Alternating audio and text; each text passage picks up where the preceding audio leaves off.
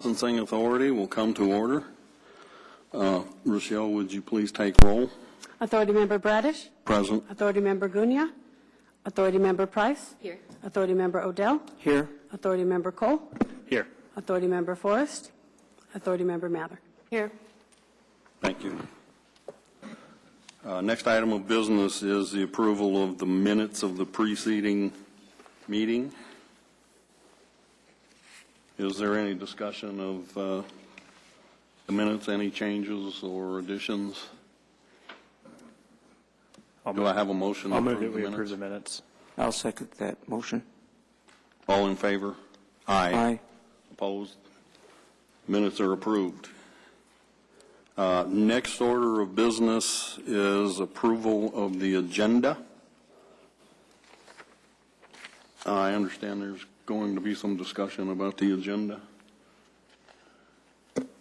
Mr. Chair, I think that it might be in order, since we have members of the authority sitting here that were not on the authority when the authority met with Littleton City Council in a special session in regard, in large part, to the authorities dealing with stipulations. It may be worthwhile to amend the agenda to include a short discussion at the beginning about the understandings that the authority came to among itself and with council. So I so move that the agenda be amended to have a not more than 5-minute discussion to perhaps bring the new authority members up to date. Is that prior to any discussion on whether we're approving the agenda?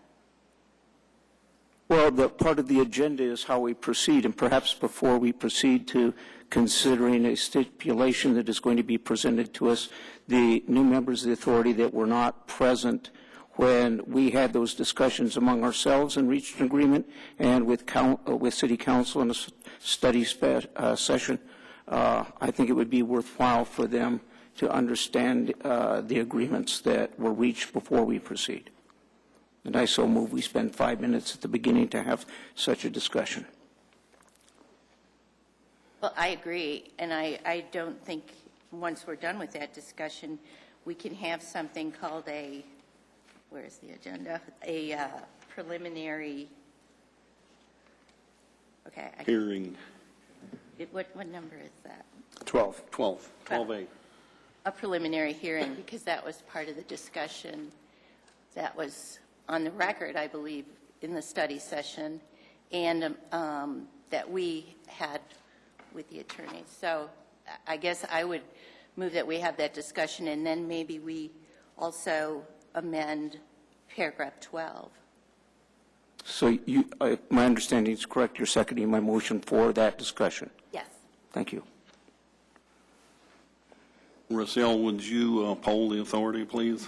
Authority Member Bradish. No. Authority Member Price. Yes. Authority Member Odell. Yes. Authority Member Cole. Yes. Authority Member Mather. Yes. Motion is carried. Next item of business is the discussion regarding the City Council and authority meeting and the understandings regarding preliminary hearings and stipulations. Donovan, would you like to bring up your discussion about that? Well, regardless of my specific feelings on the matter, a issue about stipulations came before the authority, if memory serves, sometime in the spring of 2010. There was a discussion about that among the authority, which led to our having a special meeting as an authority with the Littleton City Council. And the bottom line was that the authority and council agreed as a practice that the authority was not going to be accepting stipulations. We could go into maybe some of the specifics why the authority came to that conclusion, but that was the understanding between authority members at that particular time and city council. If I'm in error, maybe one of the other authority members would like to add or correct my perception. No, I agree with you. We met with them in June, and I think the four of us were there. The city council was there. The city attorney, both city attorneys, I think, were there at the time. And not only did we talk about, I went back and watched the minutes of that meeting. Not only did we talk about written stipulations, we talked about the city attorneys wanting to interject a new procedure where we had preliminary hearings. And at that time, the city council said specifically that they weren't going to do that if it wasn't broke. Basically, don't fix it. And they indicated to us that we would be proceeding in the way in which we had been proceeding prior to that time, without written stipulations, and certainly without preliminary hearing.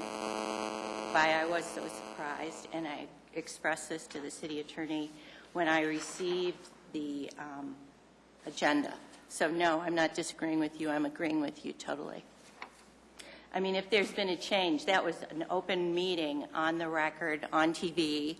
When we discussed it, that was an open meeting, again, on TV. If this has been changed, I don't know how it was changed because I haven't seen any open records indicating that it's been changed.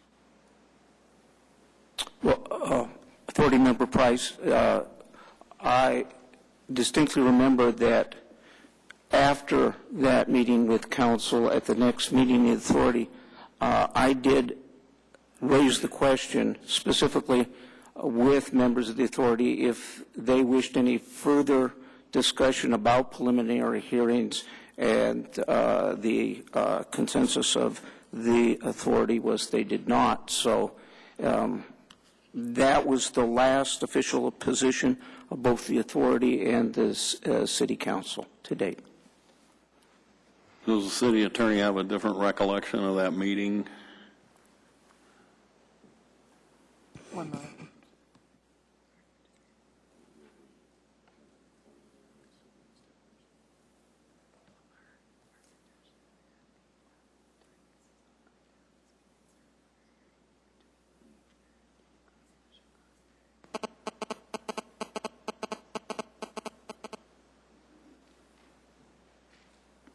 If someone has a cell phone turned on, that's what that noise is. So you have to have your phone completely powered off or it interferes with the system. No, I can jump in. It's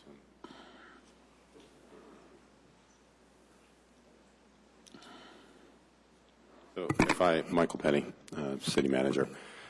So neither of us sitting here were at those meetings, but I will interject myself to the extent that, and you can correct me if I'm incorrect, that there was no formal action that was taken. And I would go further to state that I am, and I have conferred with the city attorney, that we do not believe that the council has the authority to limit stipulations on behalf of the city attorney's office. It is a standard practice throughout the judicial system in America to bring forward stipulations. Judges do it all the time. You can choose not to support that stipulation. That's certainly within your purview. You can deny every single one of them that come before you and bring it to formal hearing. And so as a procedural matter, if you think of it as as a staff recommendation, if you will, similar to myself bringing a recommendation before the council has no binding reason to accept that. In fact, they should discuss in great detail and decide amongst themselves, based upon the facts presented to them, the pros and cons, whether or not they want to accept that recommendation. And essentially that stipulation is the same. And so regardless of that conversation and the intent of that conversation, I think there are two things that are relevant for it. And one is, again, I don't believe they took any legal action even attempting to do that. And even if they had, probably would argue that there was no legal ability for them to do that, as the Charter has the separation of church and state, if you will, between administration and policymaking piece of that. So I think from a procedural standpoint, and I don't know as much of the history on relative to the preliminary hearings and trying to work that out between staff and the authority, but as a procedural matter, you can deny it and set it for a full hearing. And so, you know, if that is the direction you go, I think that is a much cleaner way to go. The judicial system and our staff have an obligation for justice. The stipulation is a component of that. If they believe that there is appropriate action that can occur, they will make that recommendation, similar to a judge being presented with a plea finding that the judge will either accept or not accept. We read about those all the time. And so, quite honestly, I'm less concerned, and not to discount the conversation that occurred or the assumptions that went forward, but I'm not sure, as I stated, that that was appropriate or healthy from a legal sense or from the role of the authority. So just to throw a few cogs in the wheel, if you will, I think, and that's part of why I'm here. One, I wanted to say hello to all of you. I guess I should have started with that, so I apologize. But I think having the conversation about the process and making sure that we're clear on the role of the authority, the purview of the authority, what the role of the staff is in this circumstance, and how we work that together is appropriate. It's unfortunate, in my mind at least, that we have a liquor license renewal caught up in this at the moment, and it would be nice to separate those two so we can talk about the appropriate process and see if we can reach an agreement on that from the procedural side, and then, again, deal with the liquor license renewal separately. So if you were going to do something, I would recommend that you accept the agenda and make your decision based upon whatever you want to do, based upon the facts presented to you this evening, and then let's talk about what legally the council or you can do, what the appropriate norms should be, with respect. If I may, Mr. Penny, I truly do appreciate your comments. I will say that while I said my feelings aside, because my personal feelings would be that a preliminary hearing may be in order time to time, but I would like you also to understand that this authority was acting on the advice of our legal counsel, the city attorney at the time, and that as a authority, about justifying anything, but we must proceed on the advice of council and rely on that advice, which led to the meeting with the city council. So this discussion is based on advice from our then city attorney. So just so that you know where procedurally we are coming from. And I will fully acknowledge that I don't know how many attorneys are really in the room here tonight, but you know, you and I both know you have 2 or 3 attorneys in there, and so we had one city attorney then, we have another city attorney now. And so I am bringing forward the current city attorney's comments based upon a conversation she and I had today, and I'm sure Tricia is able to.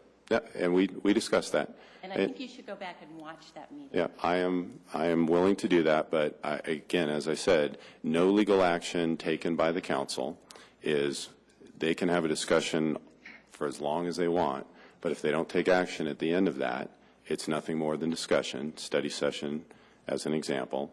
And then there is the question of whether or not there is, even if they had just a motion, do they have the authority to direct the staff to or not to do something? Again, I would use, and maybe it's not a great example, but they don't have the authority to tell me not to have a recommendation. As a matter of course, the charter is set up for that church and state in there. And again, I totally acknowledge that I'm coming in at probably 11:59 on this issue, because I do want to have the conversation, as I've stated, about what the concerns are about stipulations, where this issue from the authority came from, why that is a concern, because as I said, it is a norm. My guess is there's not another jurisdiction in the state of Colorado and probably other places around the country that would attempt to influence and prohibit stipulations from coming forward. So again, separate issue that I'm happy to have the conversation with, and maybe it's with the chair, however you want to do that, separate from, to the extent possible, of the liquor license renewal. So. It would have been nice if that had been presented to us prior to the agenda. Being presented to us with something that we, on the agenda, that we had been told by council would not be a hearing. Yep. I mean, So- I just, if you want to come in at the 11th hour, look at what happened. Yeah. And if we're going to approve the agenda, I still don't think there should be a preliminary hearing there. There's no procedure for a preliminary hearing. If you want to call it a show cause hearing with a stipulation, which is what we agreed to in November, which is what, or when we continued it in November, when Mr. Bradish talked about it on the record last month. I guess that was November, I'm sorry. Continued it one time before, and then at the probable cause hearing, set it for a show cause hearing. We did not set it for a preliminary. I think my recollection of that discussion with City Council and how it pertains to this was more definitive about preliminary hearings than about stipulations. And I understand, just like you do, that stipulations are going to happen.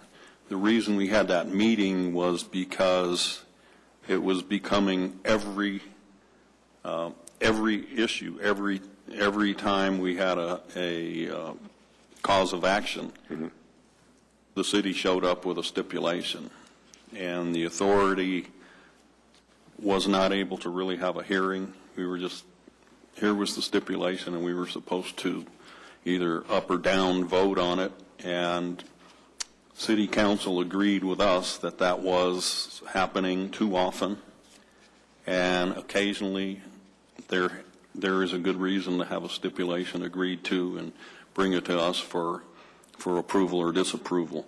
But the issue that council flatly did not want us to have were preliminary hearings. And I distinctly remember that because that was a suggestion of mine, and nobody else liked it. So the issue with this agenda may be the term preliminary hearing. It is. I don't believe that's the issue with the agenda. I think the issue that we're having right now is whether or not the board wants to consider a stipulation. I think right now we're arguing semantics. Let's call it a show cause hearing. Tonight the city is not ready to go forward for the show cause hearing, and we're presenting a stipulation. And I move that we amend the agenda, take out the words preliminary hearing and put in show cause hearing. I'll second that motion. Poll the authority, please. Yes. Yes. Yes. Yes. Yes. Motion carried. So at this time, I think the authority will Mr. Chair. consider. Direct your attention, I believe, City Manager, Mr. Penny has a comment. Oh, no, I apologize. I was being a little facetious. Was that 5 minutes based upon your? Oh. So I apologize. I apologize about, I thought as that was going on, that was true, but I thought that the discussion up to that point was worthy. I appreciate your suggesting that we meet at a later time to speak through this, because there are other issues and many nuances that you're not aware of that you're absolutely correct. I agree. This is not the time to spend with that, but appreciate if you would arrange a meeting with authority at a later date. Happy to. And Chairman Bradish, if I may real quick, I absolutely want to have these conversations, and I will take full responsibility for 1159 and 59. We are having these types of conversations within the courts systems as well, and so it is good, bad, indifferent, is new sets of eyes looking at it, working with our city attorney, our prosecuting attorney, and all. So I look forward to those conversations. And I think thanks part for of that participating. conversation should also be, if we've had 2 months to work with the parties to reach a stipulation, that getting the stipulation either one day before the hearing or the day of the hearing is not acceptable. If you Yeah. want us to review these things and look at them, then I think that we need adequate time to do that. And I believe that that's the intent of part of this conversation that Mr. Adele and I have been having, which is we would sit down and talk about, when do you want packets, so you have the information in advance, the procedural components of it. So I have no doubt that we can reach an agreement on there. And just for the record, that I was not given the authority to go forward with the stipulation until after Thanksgiving. So I did not have 2 months to work on this. We weren't attempting to hide the ball or not give it to the authority in appropriate time period. Mr. Beinford and I worked very hard to get this done in approximately a 3-week time period in which there were some intervening circumstances that were also occurring. I'm sorry, one last thing, and I believe that City Attorney Crawford made you aware of this, but we did provide the City Council with a memo to the effect that we were bringing a stipulation forward, there were some individual conversations that the attorney had with individual council members, but there was no one that was, and maybe this gets to Chairman, the clarification that you made that it's not about the stipulation, it was about the title of the preliminary hearing. But the council members that took the time to respond did not indicate any concern about how we were moving forward, just as an FYI. Just for the record, I want the record to show that the last vote we took was actually approving the agenda as amended. Does everybody understand it that way? Yes. Okay. Having done that, it's time to proceed with the matter of the stipulated findings and the recommended solutions to the Littleton Tavern, doing business as Tavern Littleton. Is there anyone who wishes to start the discussion? City Attorney? Well, as the city attorney, I would submit the stipulated findings of fact and order for conditional renewal of the liquor license to the board at this time. Have we marked this? Do you want to mark it as an exhibit? As A? We'll mark it as Exhibit A. I believe that everyone has a copy of the exhibit. The proposal that we are presenting tonight basically would stipulate to the facts as outlined in Section 2.2. And then we would propose that the license be renewed upon several conditions, and those are detailed in Section 3, Permanent Conditions of Renewal. These are identified as A through L, items that we would request that the licensee complete in a timely fashion, and the city attorney's recommendation would be that there be some sort of a review that would be set in approximately a month to see if these items have been completed. These items are to submit a written dress code policy to the liquor authority, to comply with the music format designed to minimize disruptive behaviors by patrons, to continue to limit the hours and options for lady night specials, Friday and Saturday night specials. The licensee is going to agree to purchase an ID scanner. The licensee is going to maintain adequate security personnel based on the event or crowd expectations in order to minimize the incidences within the establishment. The licensee agrees to monitor and control all entrances and exits by security personnel. The licensee is going to post a patron code of conduct sign within the establishment and then enforce that code of conduct. The licensee is going to post no trespassing and no loitering signs in areas outside the establishment. The licensee agrees to keep noise and music levels at reasonable levels. The licensee agrees to provide a list of all management personnel, including the owner, to law enforcement personnel, and to update that list when changes are made. The licensee agrees to establish cleanup crews to make sure that the outside is kept in an appropriate manner.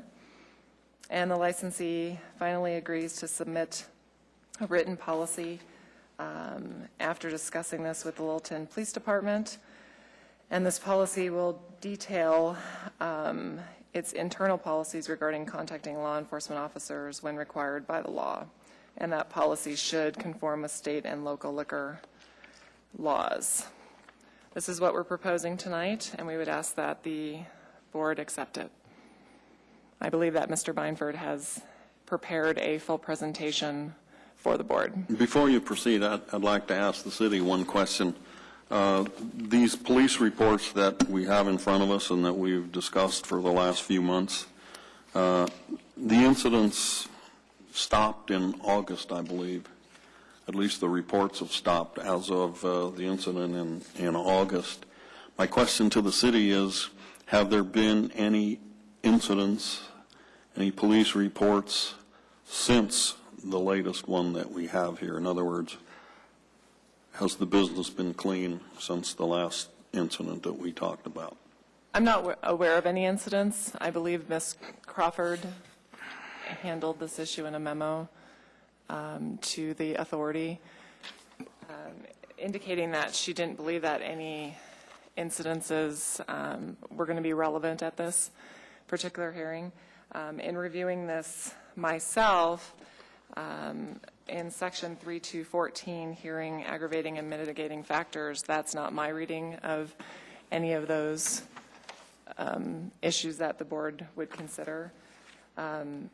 To try to answer your question, I'm not aware of any incidents in which the tavern has been charged with any sort of liquor code violations. I think the answer to that question is really important because we had a discussion in October, I think it was, and that's when we were told that the tavern had done a lot of changes and had made corrections to their procedures and so forth, and it was kind of implied that we shouldn't expect any more incidents because of those changes. And I'd just like to know if there were any more. Not only was it implied, but at that hearing, again, I went back and watched these hearings because I thought these meetings, I thought I was crazy. Specifically, Chris Forrest, the person who is not here tonight, asked you because we would be considering mitigation, because you told us that we could be looking at renewal with conditions, including suspension, fines, things like that. If reports of incidents, not violations, would be available from August through the next hearing, and you said yes. And I've been trying to get those since October, and I have no idea why those reports would not be available. Most of these changes in the stipulation were in a letter in August, and they said they were going to make all these changes. Don't you think we should know between August and today whether those changes were successful? And how do you judge it other than police reports, incident reports? Well, you've asked quite a few different questions. I think, first of all, Ms.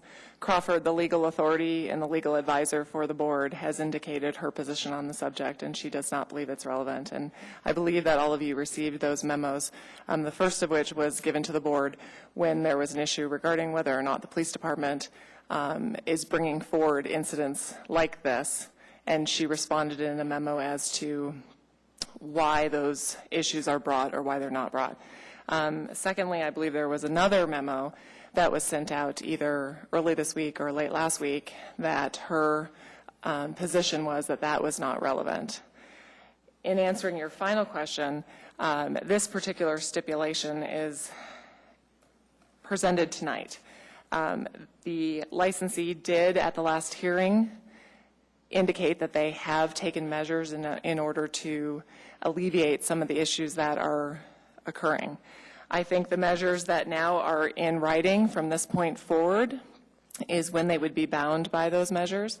I think that whether or not there have been continued incidences do not show that they haven't done what they're supposed to do not show that they're not operating the establishment in a responsible manner. some of what goes on and some of what the board does not see are times when the police department is called out and no charges are filed against the licensee. And that is because there was no wrongdoing.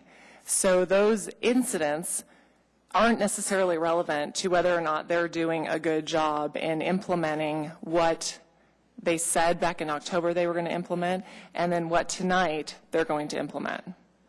Do you recall telling us that we would get those incident reports in October? I do, when- and what I'm telling you is my boss told you it's not relevant.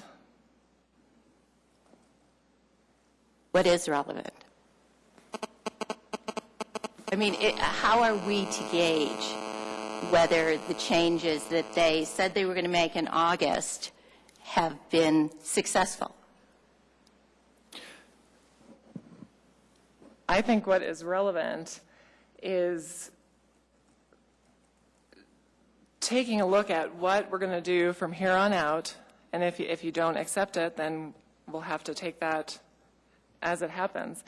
But I think what is relevant is taking this particular stipulation, seeing if they've implemented it, whether or not there have been incidents, whether or not the police have gone out to the tavern isn't necessarily relevant to see if they are doing a good job. I think we're going to have to agree to disagree on that, but let's move ahead. Or not to belabor the point, but I guess one of my natural questions when they get up to make their presentation, one of my natural questions would be, have the police been out since you were here last? And I guess my question is that, is there an issue with asking that question? No. No. Okay. I mean, then that's how I would plan to proceed, and I think I'll just ask them that, and we can talk about it. So, I think that's a legitimate question, and I think they can talk more about what they have done and what they're planning to do. I intend to call them in just a few minutes. Mr. Penny, you had I actually was going to make that exact suggestion that you asked the applicant or the renewal. And I would just state, again, coming in a little late, I understand the frustration relative to timing, that it sounds like the board is feeling the legal criteria by which you are renewing a liquor license is within that year period, which is, as I believe you are aware, that is where City Attorney Crawford is making her statement that outside of it is relevant from a legal standpoint. I get exactly what you're saying in terms of kind of the reality of the world, but unfortunately the Liquor Authority lives within a fairly tight purview, which is why asking the applicant is the absolutely appropriate way to go, I believe, to try to address the issue to the greatest extent possible. And again, if we address how to handle this in a more expeditious manner in the future and we gain agreement on protocols, et cetera, then hopefully we're not dealing with a time delay that brings us substantially outside of the renewal period, hence asking these questions. So.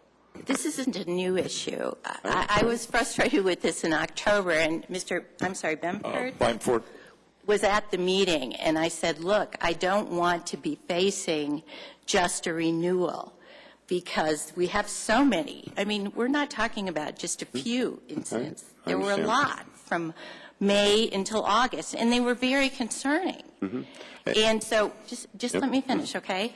And so I said, can we, and I wanted to make sure that you had notice on your behalf and the client, consider not just renewal at the hearing, but suspension or revocation or something. Mm-hmm. And the consensus was yes. And again, if you go back and watch the meeting, but it's so we wouldn't just be sitting here today looking at renewal only. We'd be looking at the totality and, what we could do in terms of if there were a violation of the liquor code. So we could be looking at renewing it and then having a suspension or revocation. And that's when we talked about those reports being necessary. But here we are, 2 months later, right where we did not want to be. And I remember Andrew making a motion specifically on that, so we wouldn't just be considering renewal. Do you guys remember? And those I do, and discussions I were specifically remember- related to the outcome of a show cause determination. No, they were the show cause determination. Right. They were And renewal. the questions were asked as to what your possible, at the outcome of the show cause, what your possible avenues of sanctions were. And we talked about that in detail, and we were asked that question numerous times. We're not at the end of the show cause hearing. We haven't even had a show cause hearing. I am presenting to you a stipulation. If you want to accept the stipulation after hearing from the licensee, accept it. If you do not want to accept the stipulation, then don't. And next month we'll go to a show cause hearing, where at the end of the show cause hearing, if you find that there have been violations, then you have several avenues, as we discussed. You can renew outright without any sanctions, you can renew with sanctions, or you can revoke. That's what we discussed.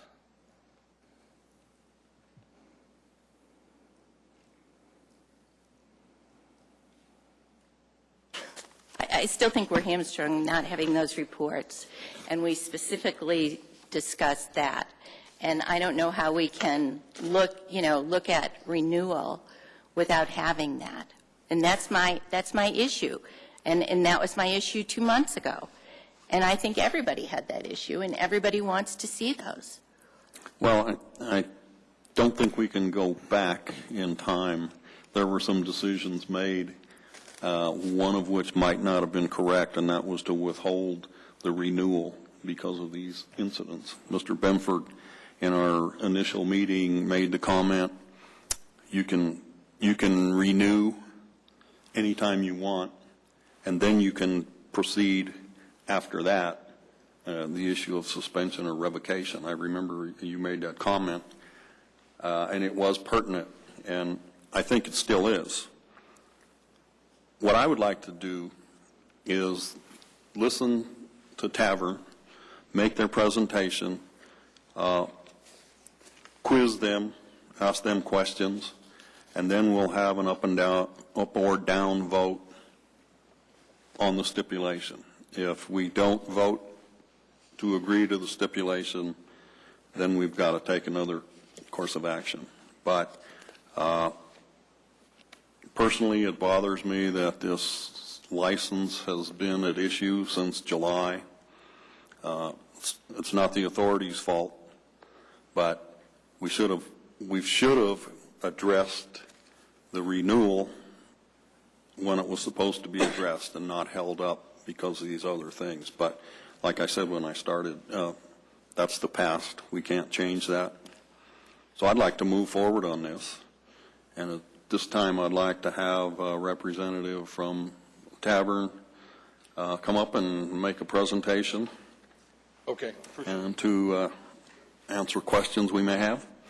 We have a couple different things, and in proceeding with tonight with whether you guys could accept this stipulation or not on this renewal issue, we have some people from the downtown business community, and I thought we have those. I was going to bring them first, and then we have the owner of the tavern, Mr. Frank Schultz, and is the primary on-site manager for any questions, specific questions. And so I was going to bring the downtown people first, because the issue on a renewal is this a good bar or bad bar? Is this something that's has in the statute that's in the notice adversely affects the public health, welfare, safety of the immediate neighborhood? And we have people from the immediate neighborhood with 20, 30-year track records in downtown, and what we're going to see from the people, the immediate neighborhood, it's been overwhelmingly positive, and it's been a really well received, a good influence to downtown. And it's actually the opposite of what's been alleged, is that this Tavern Littleton has caused this adverse effect. So I want to start members of the community on that issue. Is this a good bar, bad bar? Has this been an adverse effect to the community, which is the direct relevant question on a renewal? So I was going to ask some members of the community, but before we do that, I think it's really important, and I think this really gets to the focus of some of these things. And I know of no liquor violations since we were here last.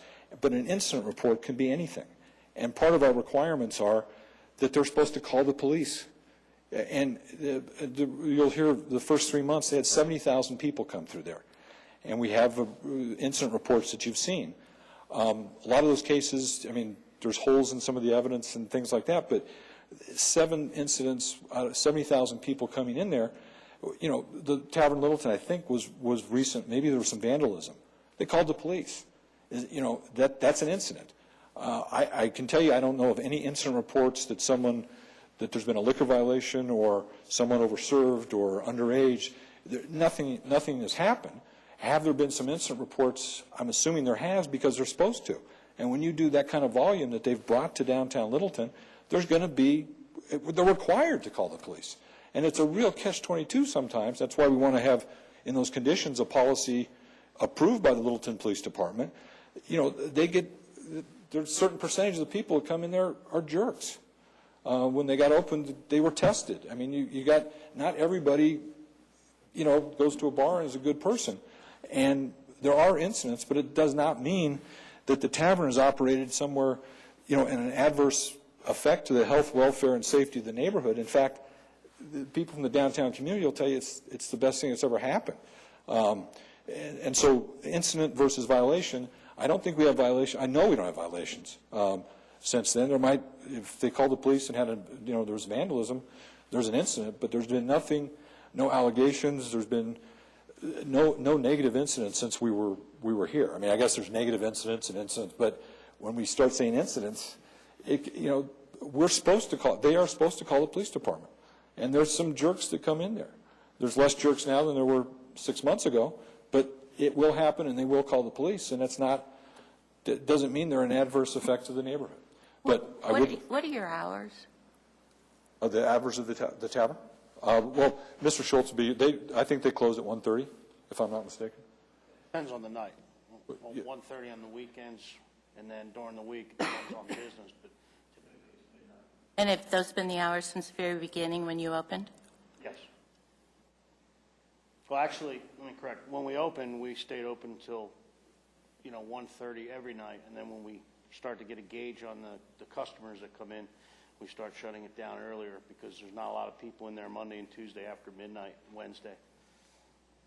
So we adjusted the hours. But let me call a few witnesses from. How many witnesses are you going to call? I think 3 from the neighborhood, and then Mr. Schultz. Have they signed in as speakers? I don't know. There's a sign-in sheet at the front desk. Was it up there today? Scheduled as a preliminary. Okay. You may proceed. I'll start with Greg Reinke.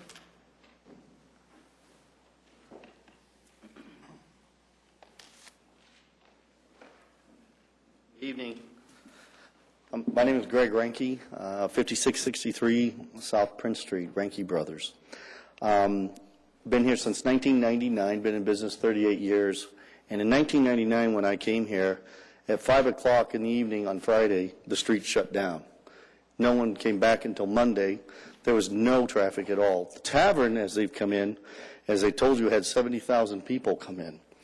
I ran a little over 18,000 people through my haunted house this year. I had 3 incidents. I had to call the police 3 times.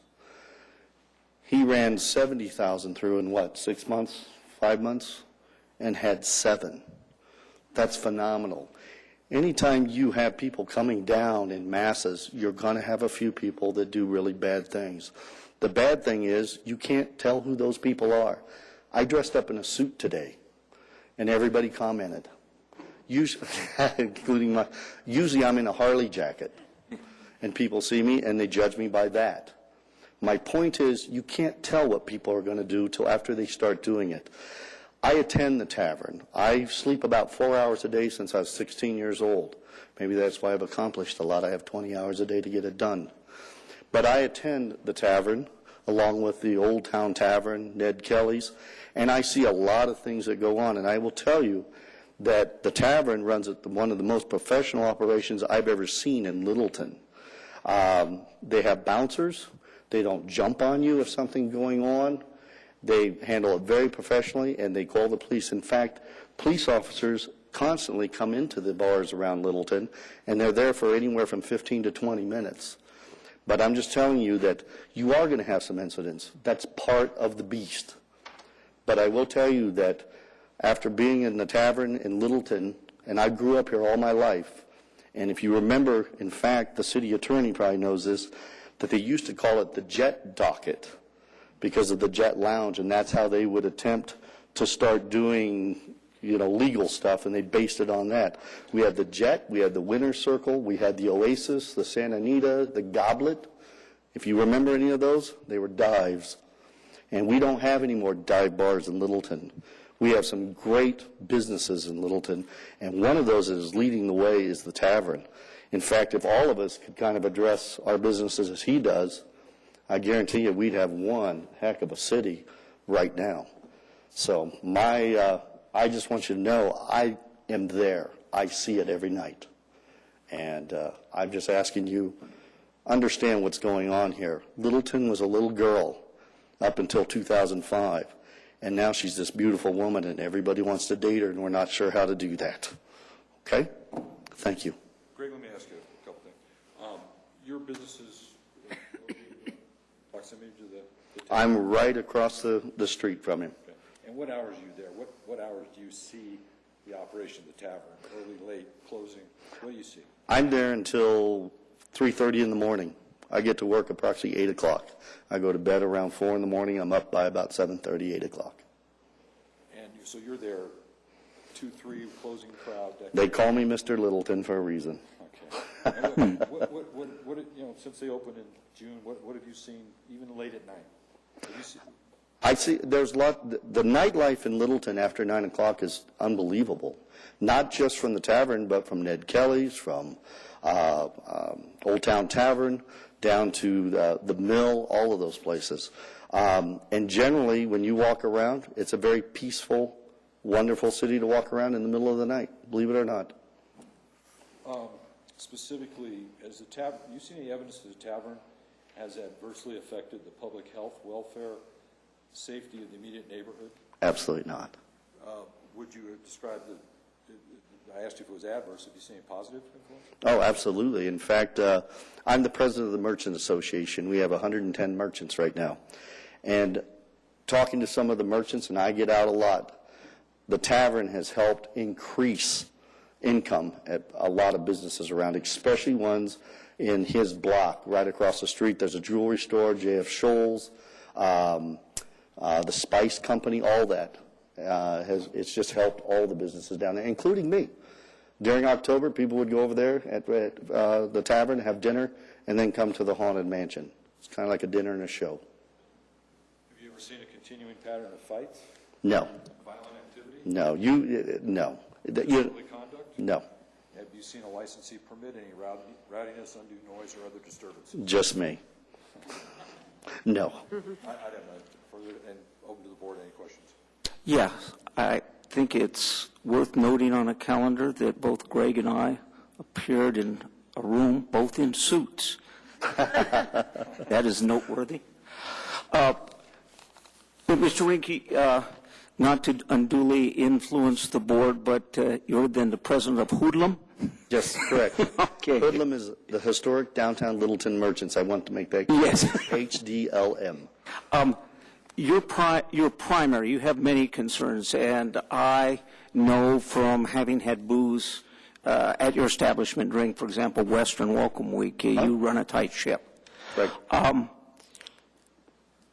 But your primary responsibility or goal as president of that association is to see that downtown is prosperous, that is money is made by the merchants.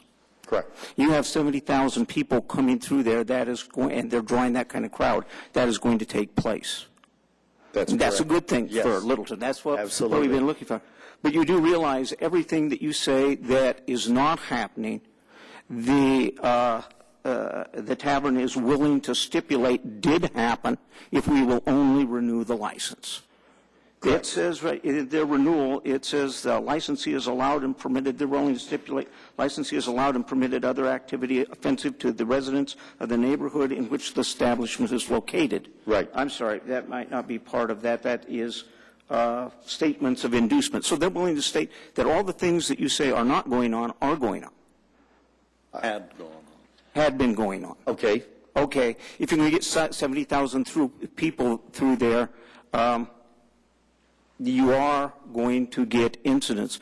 I understand the difference between incidents and a police report, but I have concerns that part of the reports that have come before authority are, for example, specifically August 12th, in an incident, and I will quote, officers issued the bar manager a citation for the sale of alcohol to intoxicated person. That's a liquor code violation. Absolutely. It's never come before us. So I'm concerned about the process as well, and here I'm looking at a stipulation where your primary goal as president of this association is to see that merchants do well financially, and you say this other activity has not occurred, and they're willing to stipulate to it. No, I'm not saying if we will grant the renewal, just so you understand what Right. we're hearing. What I'm saying is that my goal as a merchant association obviously is to provide an economic base that will increase income for the businesses down here. Two, and I think I could argue with anybody whether I'm community-minded, a safe, happy, wonderful place is also my goal. And I will tell you, if I had the Jet, the Winter Circle, the Goblet, the Santa Anita, or the Oasis over the Tavern, I can tell you which one I would pick. And by the way, those other ones, they had the same issues. They just didn't ever report them. Thank you. I have a question. From 12 to 2 or 12 to 1:30, what is the crowd that you've witnessed? At the Tavern, generally they're 21 through about 29, 30. And are Very there well people dressed. who are also coming to your business, the people who come to this establishment at midnight till 2 in the morning? During the Haunted Mansion, absolutely. I was open till midnight. Okay, but till 1:30? They can't come to a closed business if that's what you're asking me. I'm open till midnight, and yes, they came to my business. Okay, from midnight to 1:30, would you say this is a family-type establishment? Are these families going out and eating? They're not, are they? These are people. What you're who are asking me coming is a to judge bar. what people are doing, is their family or not? Well, you told us. No, I understand. Till 3 o'clock. Sure. So you've seen the crowd, so. They're well behaved, yes. Okay. I would not be embarrassed to take my children there, even at 1:30 in the morning. How many people are there at a time, on Friday and Saturday nights? 30. I would think several hundred. Yeah, and I don't have the exact counts. Obviously, at the time, I'm not thinking about how many are there, But yeah, there's probably several hundred on a Friday, Saturday evening, if not more. Thank you. Sure. Thank you. Thank you. Before I call my next witness, I think it's real important we clarify the stipulation. Yes, please, I'm sorry. The stipulation, paragraph 2, does not stipulate that occurred. It says there's a risk that you could find that occurred, but not, under no circumstances did we stipulate that these have occurred.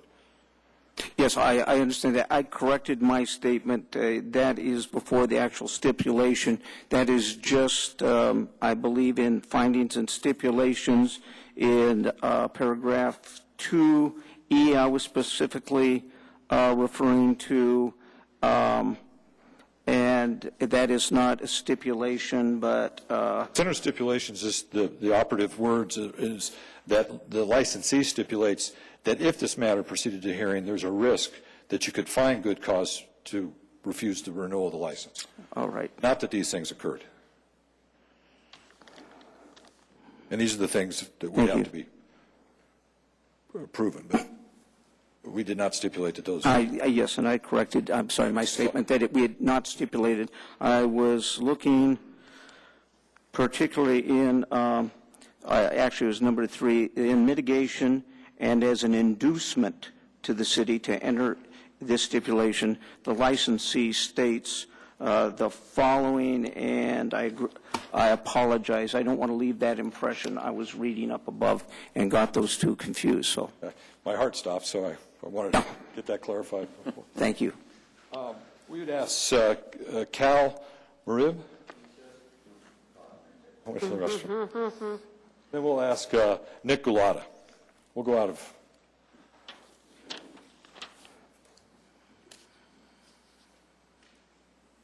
Nick, I'm going to just ask you to give the board your name, your history in Littleton, your background, where your current business is, and then I'll ask you a few questions. Go ahead. Okay, my name is Nick Gulata. I held several licenses in downtown Littleton. I was a previous licensee at the tavern location. Okay. And how long have you been around downtown Littleton, or actually hold a liquor license in downtown? I've been in downtown Littleton as a merchant and a licensee for the past 17 years. Okay. And you're currently a licensee where? Well, I'm currently working at Opus next door, directly next door. Okay, and Opus is right next door to the tavern. Correct. You've been operating the Opus since the tavern opened. You've been at Opus since tavern opened for business. Correct. Okay. And you heard me the last one. Have you seen any activity that would meet the criteria we talked about in the statute, that they've allowed activity that would adversely affect the public health, welfare, or safety of the immediate neighborhood? I have seen nothing of the sort. As a matter of fact, I was quite surprised to even hear of any violations, because what I've witnessed has been, as Greg had testified, a very clean, professional operation. Okay. Have you seen a continuing pattern of fights? I guess you just answered that, violent activity or disorderly conduct. I've seen nothing of the sort. Okay. And you operate another establishment right next door. Correct. And I imagine you might close earlier than the tavern? We do close our business earlier, but we are there late at night cleaning up and preparing for the next day. So you're there later at night too, and Correct, yes. you haven't seen anything where licensees permitting disturbances or violent activity on the premises, Not at all. particularly a continuing activity? Not at all. I mean, and like Greg said, I mean, there are instances, but that do occur occasionally, but I would say generally and as a norm, I've been quite impressed and like I said, surprised to hear any of this even occurred. And Opus, would we call it more of an upscale establishment? Yes, sir. Okay. And you have no problem operating a gourmet restaurant next to the tavern in the way they operate? No, we get along great. We complement each other well, and I think our patrons are shared and frequent his establishment as well. Okay. And you've been there 17 some years. Can you just tell the board kind of the history, your perspective downtown Littleton and what the tavern's brought? Well, I mean, over the years of downtown Littleton, I think Greg said it well. As there were plywood over the windows when I first came down, and I've seen the evolution and a slow progress, and certainly comparing to other cities and other areas of Denver. But the tavern has put Littleton light years ahead of where it was.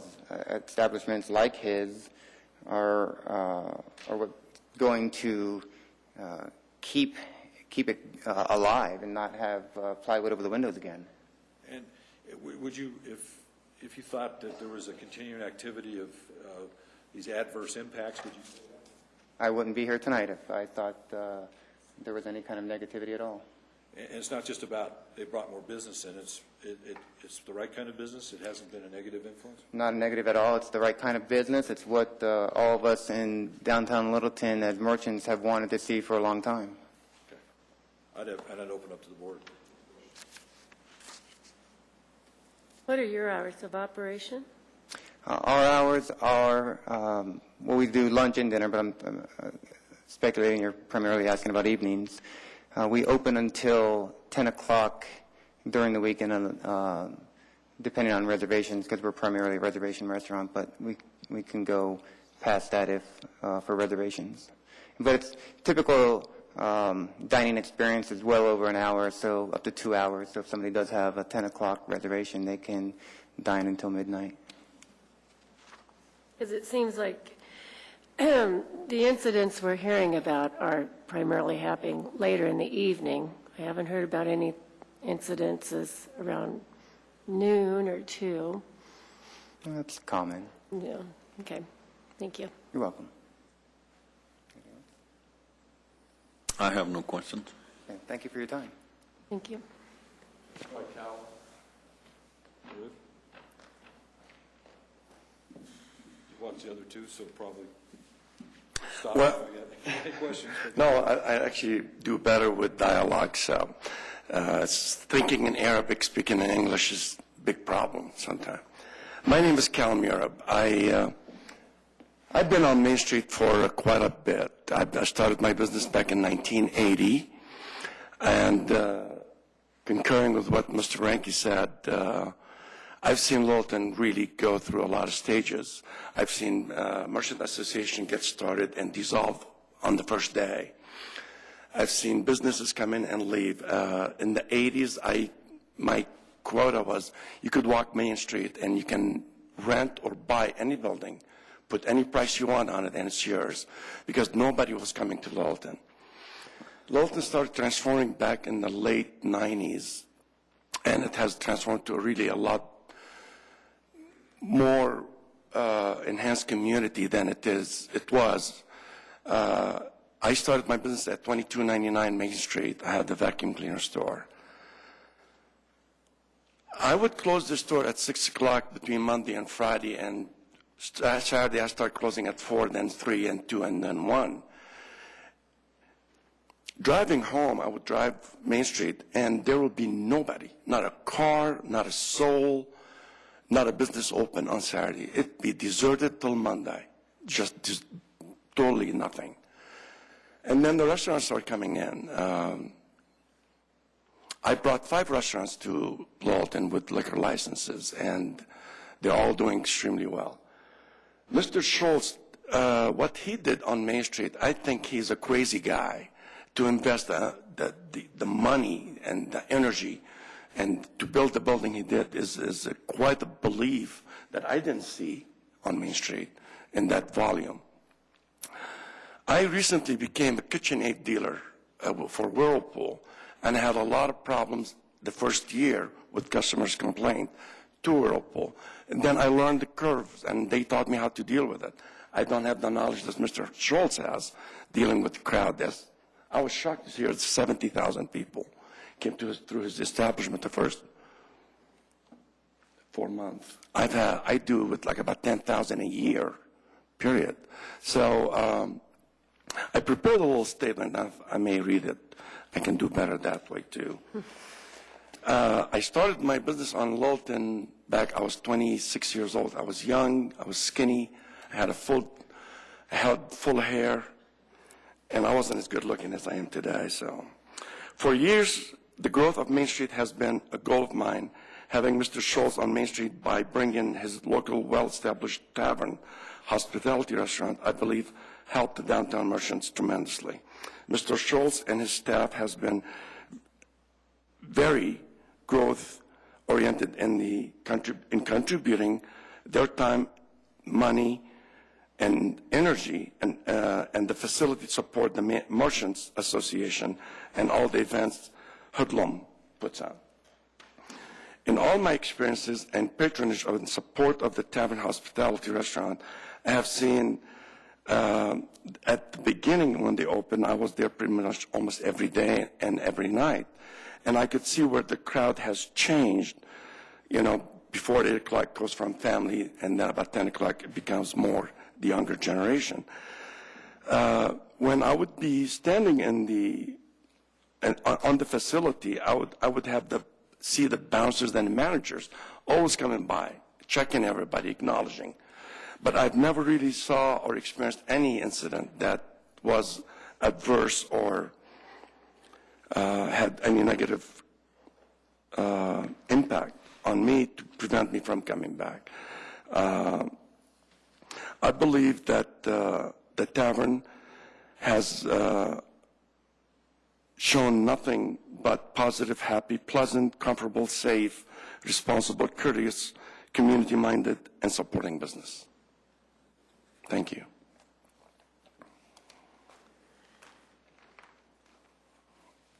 Questions from the authority? I have no questions.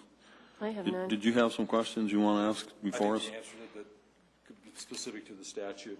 Have you seen any conduct or permitted conduct at the neighborhood that you would, or at the tavern that you would say has had an adverse effect on the public health, welfare, or safety of the immediate neighborhood? Being on Main Street and being at 2299 West Main Street next to the Oasis, I saw a lot more there during the day where people I would call the police and I say, this is the car, it's green, this is the license plate, he's driving, he's drunk.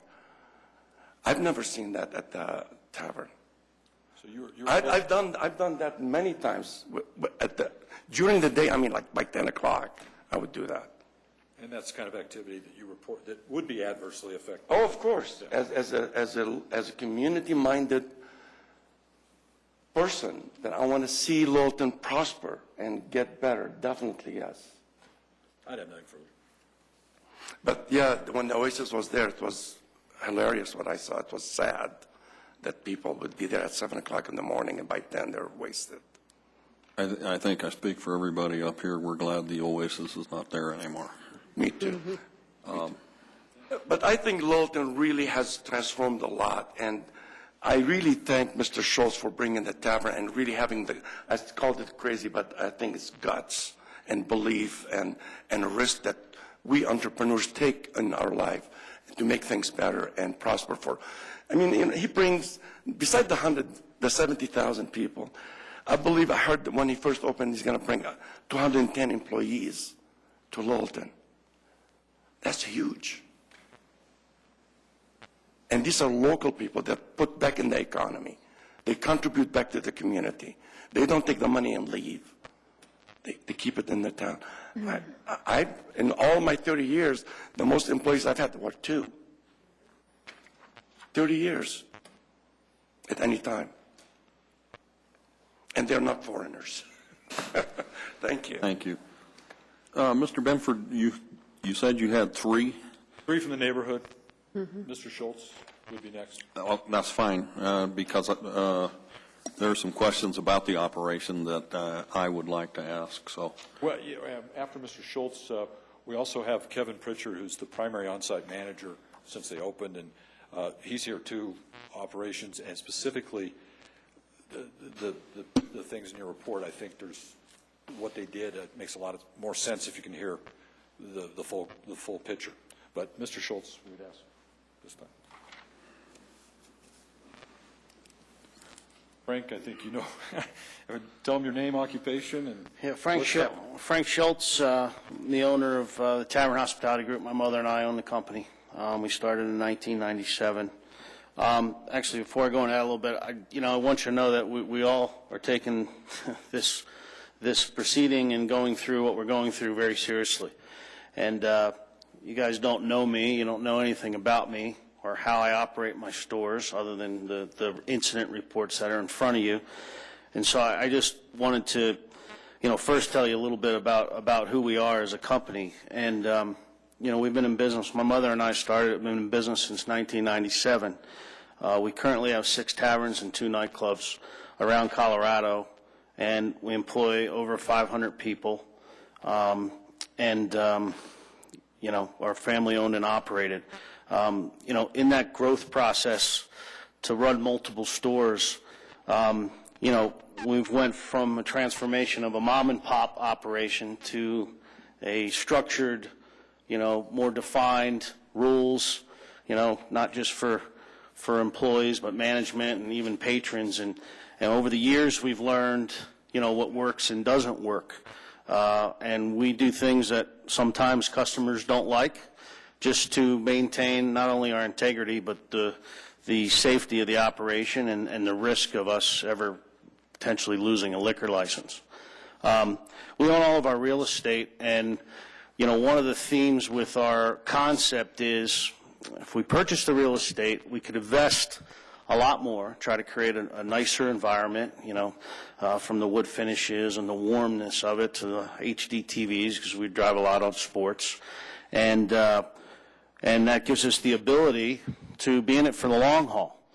And that's our attitude, and that's the only way we make money. And more than just cows, called me crazy for, spending the type of money that we spent to open the Tavern Littleton.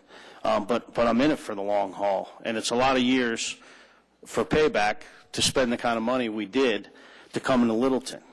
Now, having said that, we opened Littleton in May, and we were just blown away by the amount of business we brought to Littleton. And right now, Littleton is the number 2 store in my company, and which I'm very happy about because I was very scared. I was like, kept having to spend more money and more money to get this thing finished. But we've been very happy about that. But I'm mentioning that because when we first opened, it was, and my management team will attest to it, it was a little overwhelming with the amount of customers that we had come in. And so, we pulled employees from other stores. We made adjustments and try to run our business in an orderly fashion. But obviously created a lot of new customers coming to Littleton. And, one of the things that's been great is the store, what I call running on all cylinders. And to address a little bit about the type of crowd that we have at different times, I would like to do that right now. And that is that, it's the only store in my company that has a great lunch, converts to a happy hour, converts to a dinner crowd, and then converts on Thursday, Friday, and Saturday to a, later night crowd.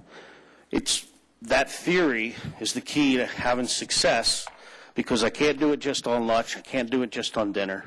Unfortunately or fortunately, depending on your belief, alcohol volume has to be a big part of it, because it's really hard to make money in this business on food. And that's been a key to our success. Our company average, we build big bars by the front door. We believe in having fresh quality food, but we also, we run company-wide about 55% liquor, beer, wine to 45% food. And it's just a key that we've learned that is imperative to being successful. But back to the point about the running on all cylinders and the different crowds through the time of day. At lunch, we get the businesses around Littleton. We get some of the neighbors. At happy hour, we get a lot of the neighbors and the people letting out of the businesses. At dinner, I think we get a lot of the neighborhood, a lot of the families. And then on the weekends, it converts to some younger people, and they come from Highlands Ranch, from Columbine. They come from around. And that's the piece that really surprised me, because based on, when you start building something and you spend a lot of time, and I spent a lot of time in Littleton, and I was scared. I was like, if this late night piece doesn't happen, we're in trouble. So so that's been real exciting. And just also remember that when any of these that I've opened, typically what happens is we have a honeymoon where everyone wants to come see what it is and what it's about, and there's conversation about what's going on. So the volume of business that we did in the first 3 months, it's considerably died off, and some of that's because of summer and we have a rooftop patio, but it's also because the honeymoon's over. The people that wanted to come see it. We've also, and I'll get into policy and things in a minute, but we've also made some changes and have discouraged certain types of people from coming in. And some of them just don't come in because we're not their thing. If they come in, try it once, and then they realize we're not their thing. So I call it the honeymoon period, like I said, and there's a lot of, all right, what's this place about? Is this place a place I like? So we've gone through that now, and now we've settled into a number of sales that is a little more than I projected, which I'm thankful for, but it's nothing like when we first opened. Being overwhelmed in the beginning, made us put some things in place that I've done at other stores. Now, this is a preference to me meeting with the police department after a violation, okay?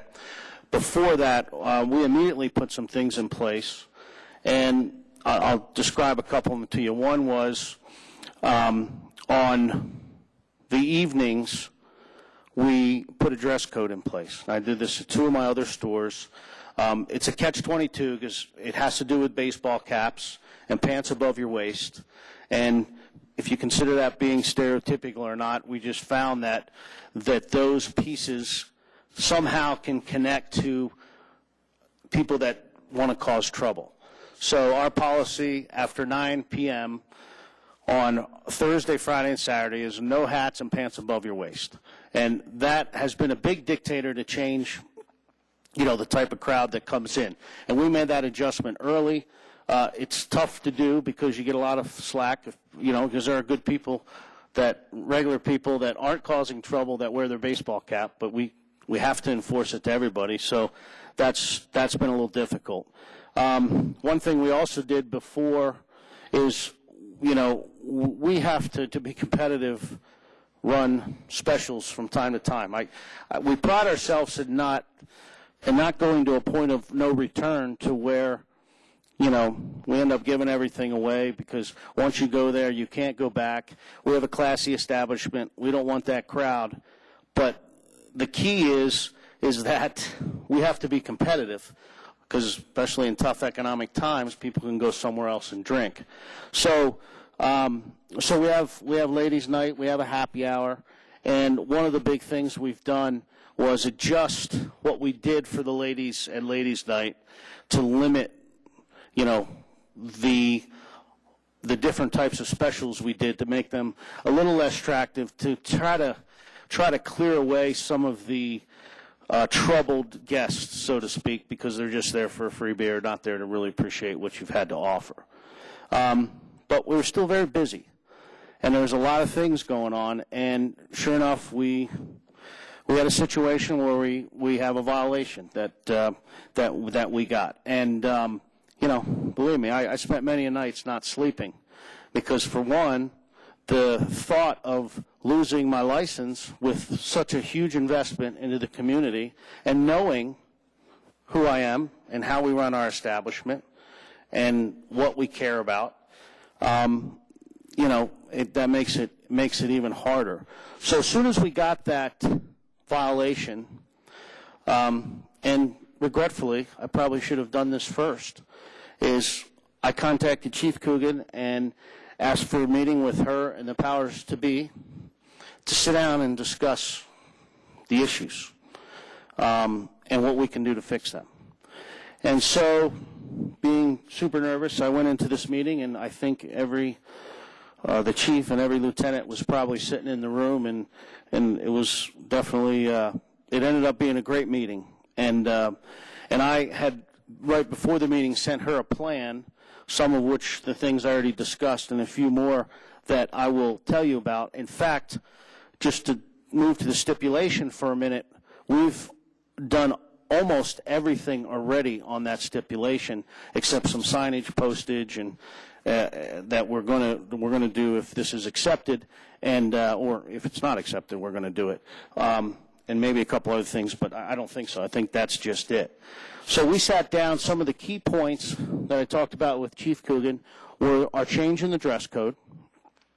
Another one was the music that we play. Because to attract the crowd later, we need to bring up the pace of the atmosphere a little bit, and this is just a formula that's worked for us over the years so that we didn't have to close at 9 p.m. and we could still continue to do business. So the format of music we've modified. We went from different stores. I do, current rock music, to 80s music and that type of thing. The change we made here was to try and stay more to 80s. I mean, we still have to mix in some new rock, no hip-hop, and that's a change we've made.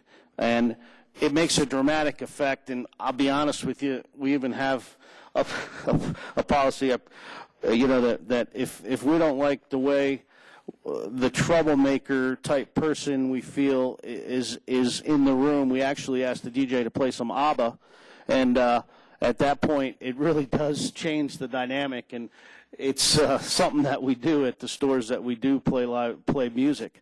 And it's just, the reason I'm bringing that up is people do end up coming there because of the environment with the music you set. So anyway, the music, we just defined, I wouldn't say change, we defined our format in the music and limited the things that the DJ could and could not play. And I believe that's in the stipulation as well. I've already mentioned to you about the drink specials. Something else we've done, and this was, something that was a result of one of the incidents that you have in there, and that was, there was a girl that apparently, had a false ID, or actually I'm not even sure that it was a false ID, but they found it was underage. And, the only way I can promise you that she would have got in our stores to present a false ID. So if she didn't, because we don't allow people in after, is it 8 p.m., Tommy? No. 9 p.m. without an ID. So anybody, no matter how old they are. In fact, it insults people sometimes, but it's just a policy, so I take the judgment call out of, the door guys, which, by the way, are trained. There's at least one merchant guard door guy that works, that's trained through them, and that's required by Denver, where most of my license established are, so that's why we do that here. However, because of that incident, which, I don't know if someone presents as a fake ID, there's some really good ones out there, and we have a book with all the guys, and, sometimes it's not our fault if someone gets biased with a fake ID.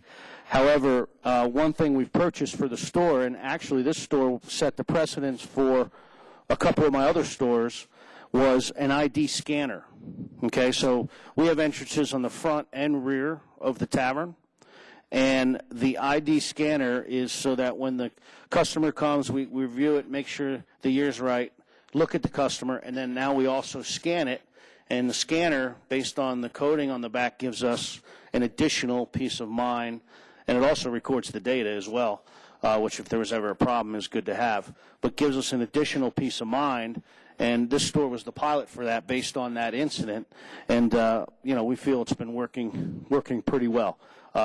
Not to say that we don't encourage, but we still have policy that they have to view the ID, because I'm sure there's a way to probably manipulate these as well by having something encoded on there yourself or something. So we feel it's just an extra layer. Security. Having really big crowds, one of my questions to Chief Coogan was, can we hire an off-duty?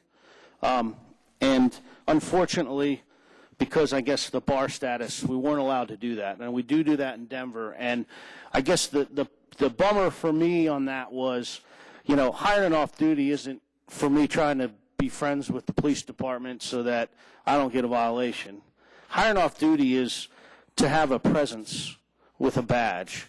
And I even think there was in the stipulation some conversation back and forth about uniformed guards or something like that. And I quickly, because we tried that in the past at other stores, and people actually don't take that serious at all, okay? But it would have been great if I could have hired off-duty just because of the presence. And when people see the badge, they just have a tendency to not screw around as much and be a little calmer. So I think the preventative measure of that was an expense I was willing to take, but I'm not here to tell you how to make your policies. It just, it would have been a great thing for us to have, and I think very preventative. But because we couldn't, we increased our security, the numbers of people that work, because so what we did is on the first floor and the second floor, instead of just having the door guys at the front and rear, we put guys on the first and second floor that roam when we're busy and just roam around. And they just look around, and if there's problems, we try and deal with the problems. And I'll come back to that in a minute.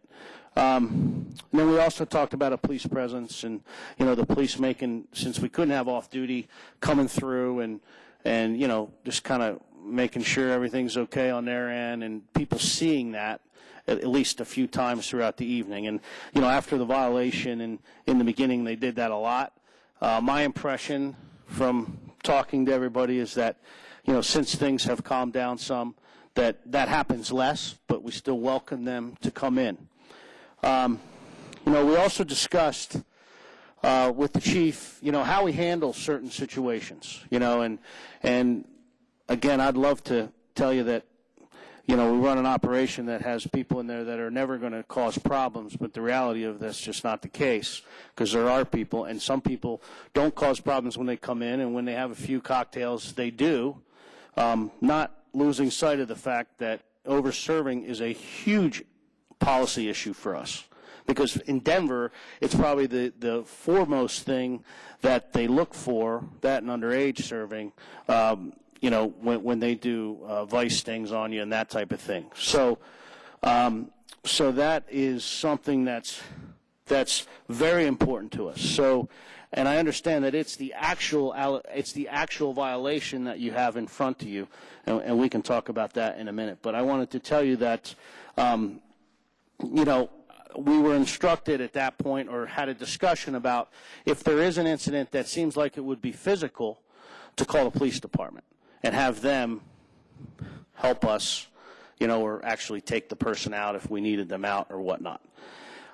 You know, that just leads to a little something that's a little bit difficult for me, to being aware of the fact that I understand there's incidents in front of you, and some of them seem to be a result of the tavern. But you know, one of the challenges for us in judgment calls is, you know, kind of the point in time which you do try to involve the police, because, you know, obviously my fear is when we involve the police, it'll get written in an incident or a report, and God forbid we ever ended up here again. It's all going to be sitting in front of you, and, you know, so that makes it.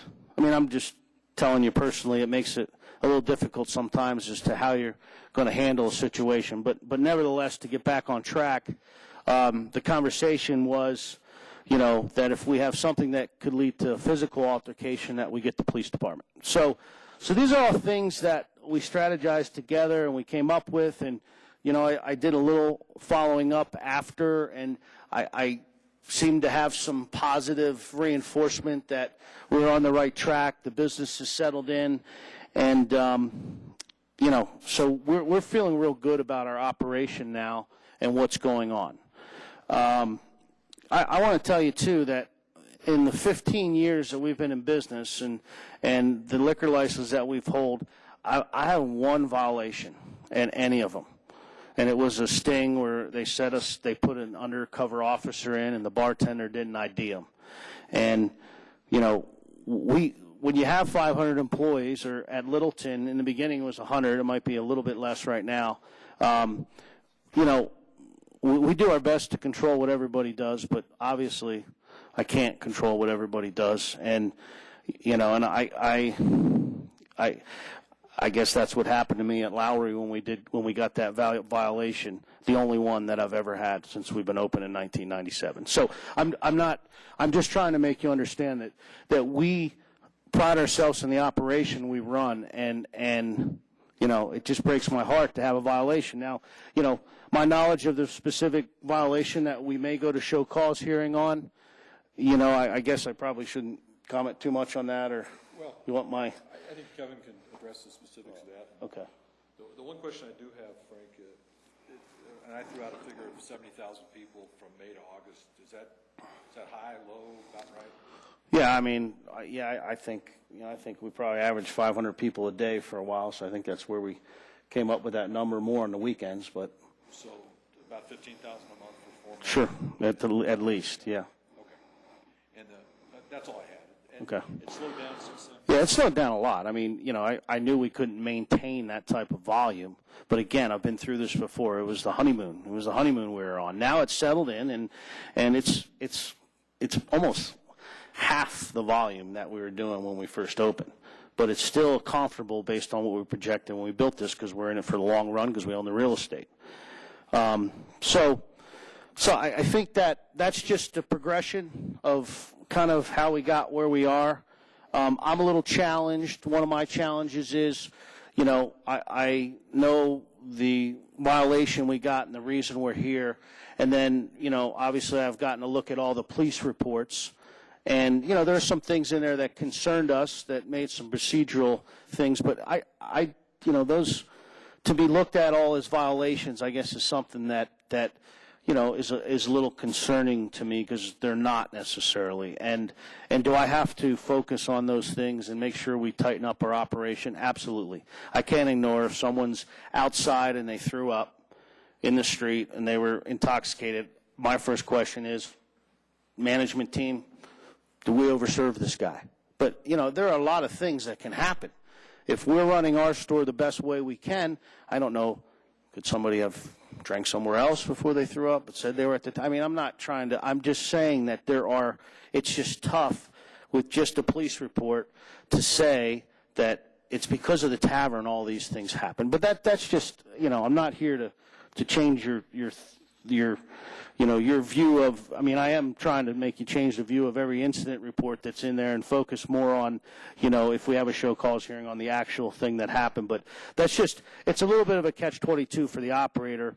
I think we've gotten to a point where we know what we call the police for and don't call the police for. But, you know, it is a fear sometimes because of the repercussion of the amount of police reports that we do have. But, anyway, so that's just a progression. I'm sorry I'm talking so long, but yeah, I was just wrapping up. So I have one question, Mr. Schultz, and that is these ID scanners. Did I understand correctly? You have ordered those? Well, they're in place. So you agree to purchase them. Have you purchased them? Yeah, they've been in place for how long, Tommy? About a month. That's the only thing I wondered about that. Yes, sir. I guess I had a couple questions, but I think maybe a statement first. I want you to know, because I think it's important for the public and the people who operate businesses, when we ask for incident reports, there's a lot going on behind that discussion. But I can't speak for everyone, but I know I'm discerning. I don't look at a report and say, you know, the police were called, there were males fighting out front, they couldn't find them. I don't look at that and say, boy, it's really obvious to me that the taverns brought the riffraff to Littleton. So what we're trying to do is our own due diligence to make sure that we understand the totality of the situation. So please don't think that, you know, and I don't want that to discourage you at all. I think it's great that you guys have a situation worked out with the police, because I think that's better. So I just say that to make sure that you know, you as someone who operates a business and the public at large knows that that's, you know, we're not looking for the incident reports. And, you know, we're not looking for that negative. We just want to know as much information as we can. Okay, understood. Can you, so you said, you know, that over-serving is a big policy issue for you. Can you describe just, you know, what, is it a training process? Is it, can you describe to me what that means? Yeah, all of our servers and bartenders have to be, and managers for that matter, have to be tip certified. I mean, that's our policy. It's not the requirement of the law, but we won't let them work until they are. In fact, you know, we've enlisted a company to train them on a regular basis. So that's very important. And a lot of the content in the tip certifying is over-serving. And it's also constantly, it's on the manager's checklist is what, you know, things they're supposed to look for every day. And, you know, they address a lot of, I mean, the thing that you don't see is we address and ask a lot of customers, can we get you a cab? Can we, you know what I mean? So, you know, and the over-serving thing's it's a fine line of judgment of what's over-serving. Sometimes it's obvious, obviously, you know, and I understand that. But as soon as we, if a management doesn't agree with a call of a server or bartender, they step in and they take it from there. So, yeah, I mean, but everyone's trained. Do you all have a policy if say a bartender does overserve someone?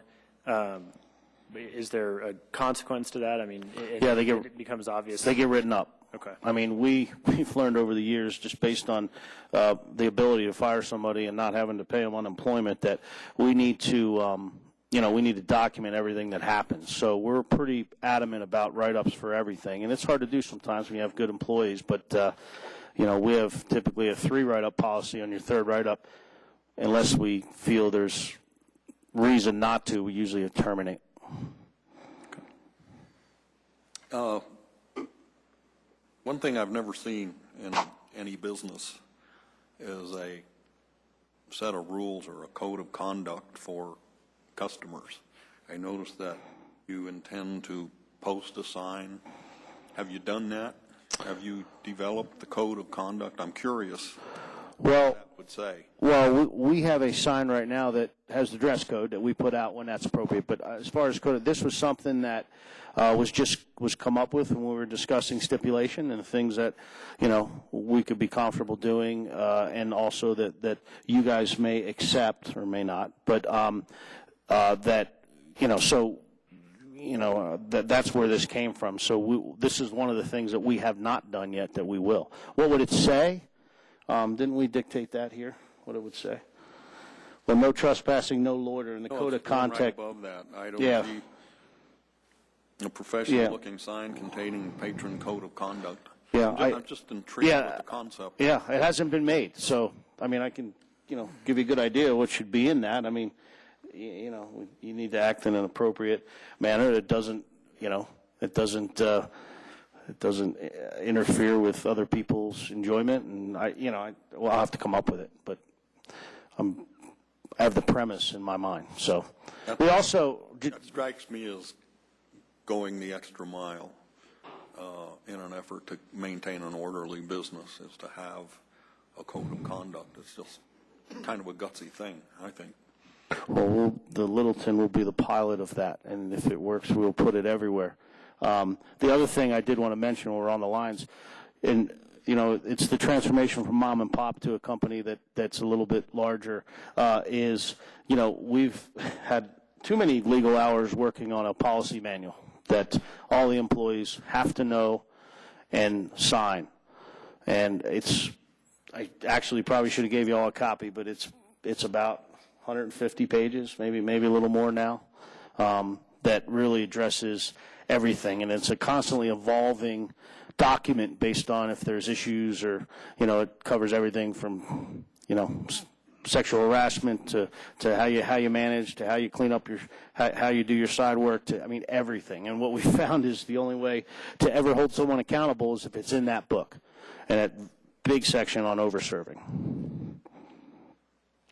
I have a couple questions. It looks like all of these incidents occurred between 1 and 2 o'clock in the morning. Is that right? I believe so. I don't have them all. And again, looking back at old tapes of these hearings, I went back and looked at when you presented to council, I think it was in February of 2010, your request for a liquor license, and you told us at that point that your hours Monday through Sunday were going to be until midnight, not until 2 in the morning. When did you decide to change that? I got to be honest with you, don't know how I would have ever said that. So I'm not telling you you're wrong, but I'm sure you're not wrong. I'm sure you're prepared. And I remember specifically because the head of the commission at that time said bad things happen after midnight. And I think we can all agree that in your case, bad things have happened after midnight, correct? Okay.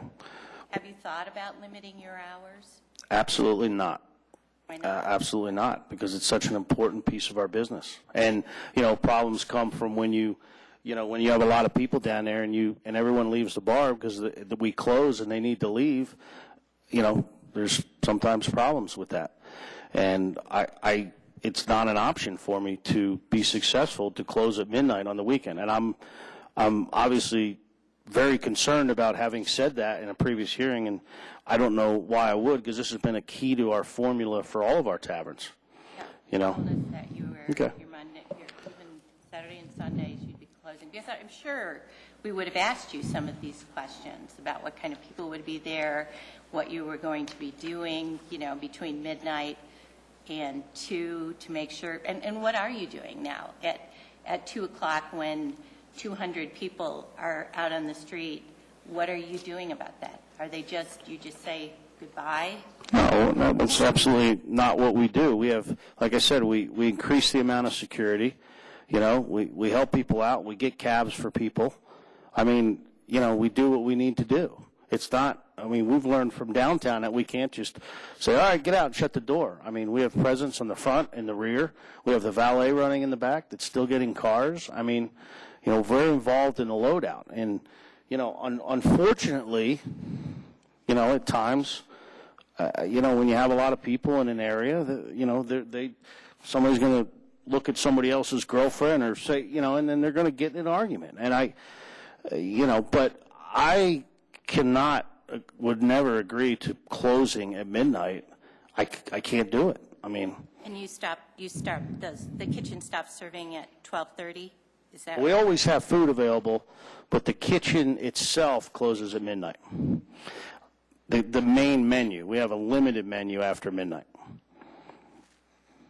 Okay. Another concern I had is on one of these reports, I think it was, I have to find it. It was when somebody underage was served. I guess it was July 31st. But basically, it was somebody who was underage, was drunk, and when the police asked the servers, was she being served, were her friends giving her drinks, basically they said there were so many people there, they had no idea. So how are you going to guard against that in the future? They had no idea of what? Of how she got so drunk, of whether her friends were giving her liquor or if she was being served liquor. Is this the violation that you're talking about, or is this one of the incident reports? Me.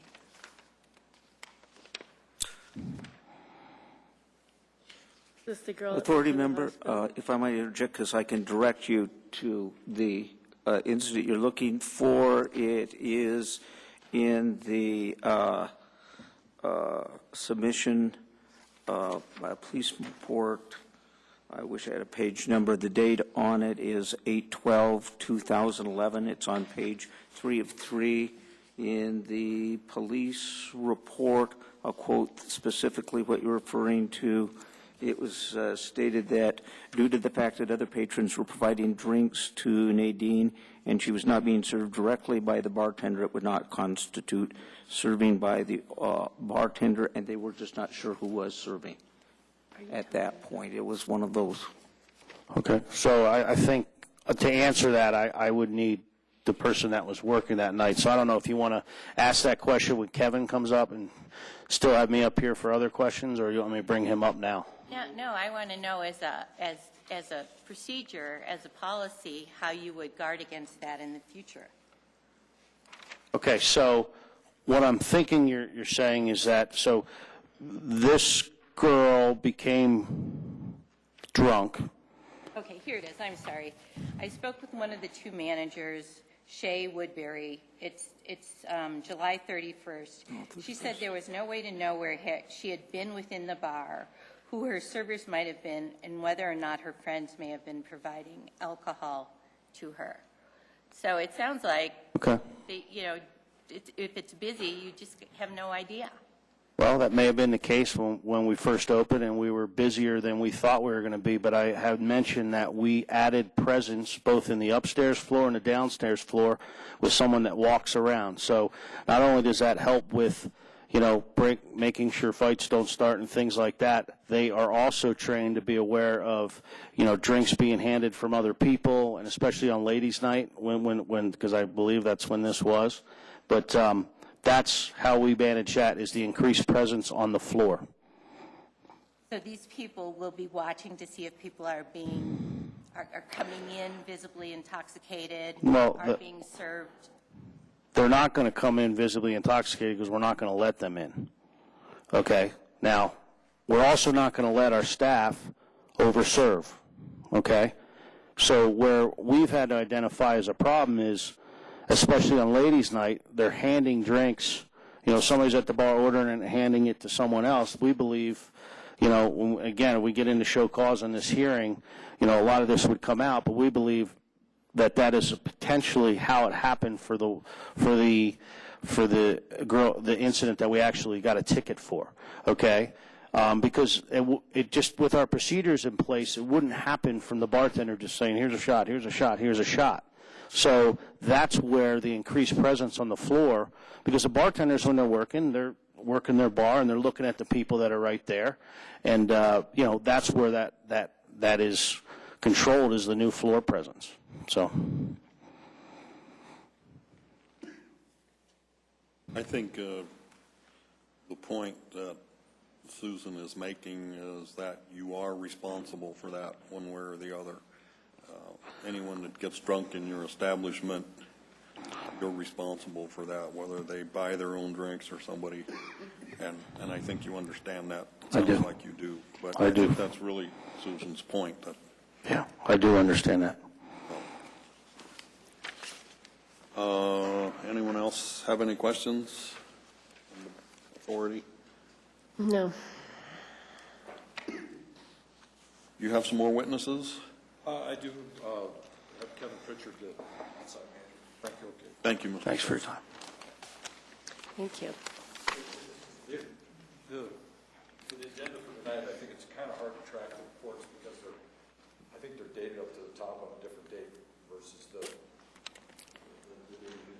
The police reports don't always have the same date on the top that are mentioned in the report. I noticed that too.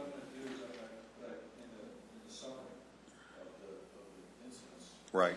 I think Kevin has got a pretty good idea of some more facts that aren't apparent from that. And he's here for any questions you have, but I think just go to each one of the incidents also. That's fine with me. Track this way or all? However you want to do it. Kevin, why don't you first tell the board who you are? Real quickly, my name is Kevin Pritchard. I've been managing with the Tavern Hospitality Group for about 3 years now. I had the opportunity to open up the Littleton store, which is great. And just overall, the way that we run the place, we take a lot of pride on our management team. We have a lot of years of experience. And I think you would hear from our guests, the Littleton Police Department that have a good relationship with and so on, that it is definitely very professionally ran, and we take a lot of pride. And so this is we take this very seriously, as they've mentioned, and lost a lot of sleep over this, and we want to do better and get better through all this. So I'm definitely one of the primary managers there, and I'm there a lot of the late nights. I do some of the closings. So I'm here just to really elaborate on some of these questions you may have, on some of these incidents and so on, and see how I can help on those as well. Why don't we, Kevin, just in the memorandum that goes by the date, and then the board can ask any questions. The first one is June 24th. Do you recall that? Yeah, bear with me, please. This is a while ago, and a lot of nights have happened in between these nights. If you would like to go down incident by incident, I could definitely try to do my best to describe if I was there. Or if you have some of those instances that you would like to ask questions about, I can probably elaborate a little further. I feel like it may be a better use of time if we have specific questions. I mean, we've obviously read through it. Sure, so I understand. And I'd rather do that if you guys don't questions mind. there, I could definitely elaborate the best I can. Frankly, I'm less concerned with the incidents that are in the past and more concerned with what you're going to do from this point forward. And certainly, one of the things I'd like to have you explain is, what is your ladies' night? What do you do on ladies' night in terms of drinks and incentives to drink? And ladies' night is on Thursday night from 9 till midnight. It was initially from 9 till 1 o'clock, but we scaled that back a little bit. And what it was originally, it was ladies essentially drink free for that period of time. They are limited on what they can drink. Some of the changes we made through this, and that even Frank elaborated on, is that what we've done, just so people aren't passing out drinks and so on, the awareness is definitely was always there from the management team, but with the amount of people, we brought on more staff. Also, the bartenders, which we have a very good staff, they're very seasoned and are very aware of what's going on, is they only can give one drink per person, and that person has to be there in front of them. And so that's something that we've definitely changed. So essentially, somebody comes up, most business hours, somebody comes up for 2 beers or so on, obviously you card them and so on. Here, it's one person comes up, they get 1 drink, they leave. If they order 2 drinks, please bring that person up so we can just make sure, once again, observe their condition overall. You have a limit on the total number of drinks that a person can get free on ladies' night? No, I guess more of just where they can get that moment, not how much. We really can't dictate how much they can get that time. That's just more on us as far as management, servers, bartenders, store staff. Just be aware of the condition of our guests. So you'd follow the same procedures you'd follow if this person were paying for their drinks? Yes, Do you absolutely. evaluate the way they look and the way they act? Absolutely, yes, sir. Okay. Yes, sir. What's the purpose for having ladies' Well, night? I think the overall purpose, I think many different things can go on, but most of it's to draw ladies to the establishment, which draws men, which draws a large crowd and a fun atmosphere. Been married too long, Bill. Yeah. So, yeah, I think it's overall to get I the only paying. wanted to hear him explain No, it. I think I know the answer. it's to bring the men in the page. Yes. So, yes. Thank you. Yeah, absolutely. I have a question about it's listed here as August 12th incident.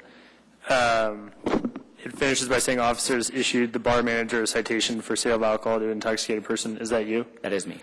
What was the result of that?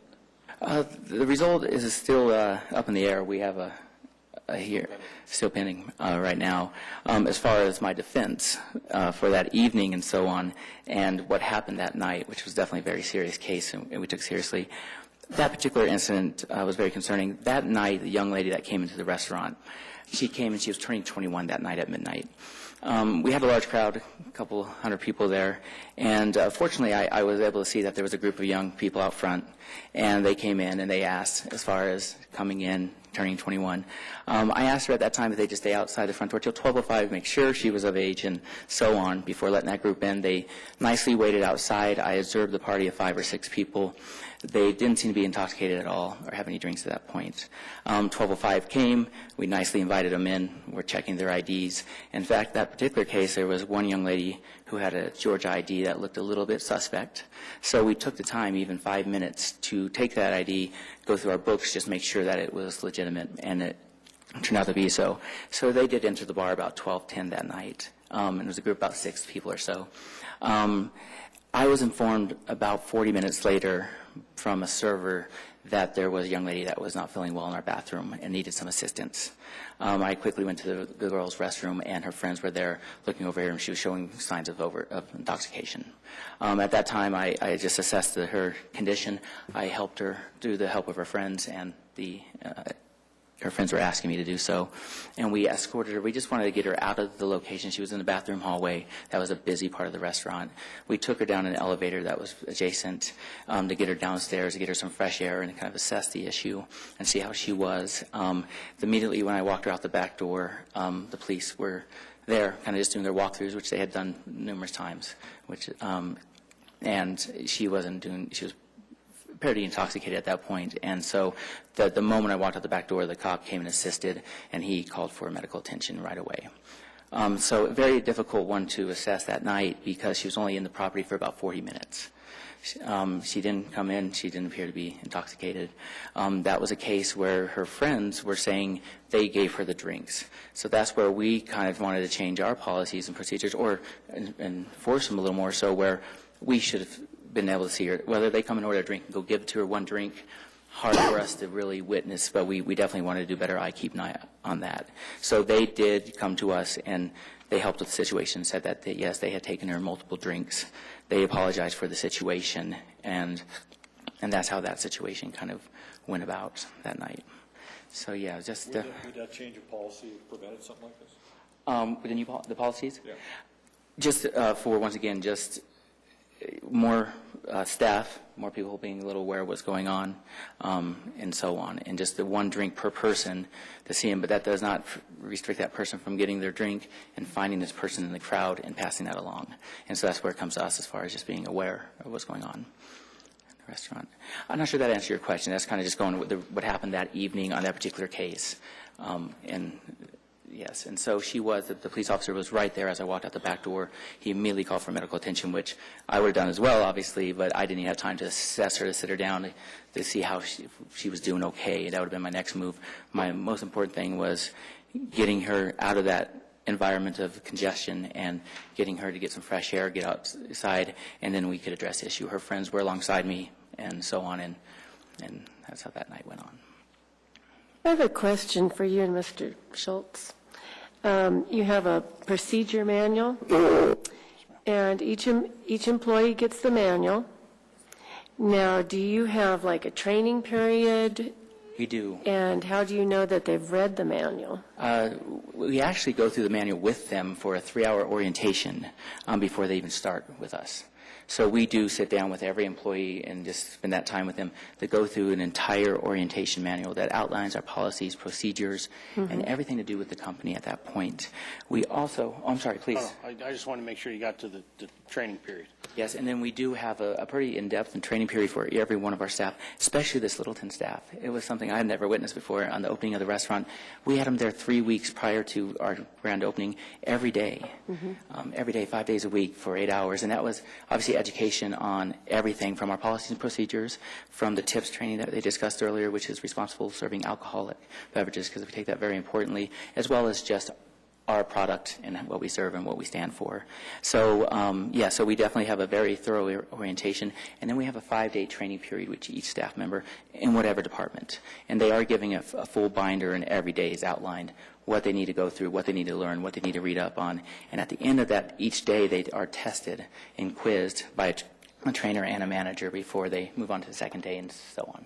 So it is a pretty detailed training, and this Littleton opening was very detailed, they'll tell you. Yeah, it's very detailed. And in your policies, you said that you write people up.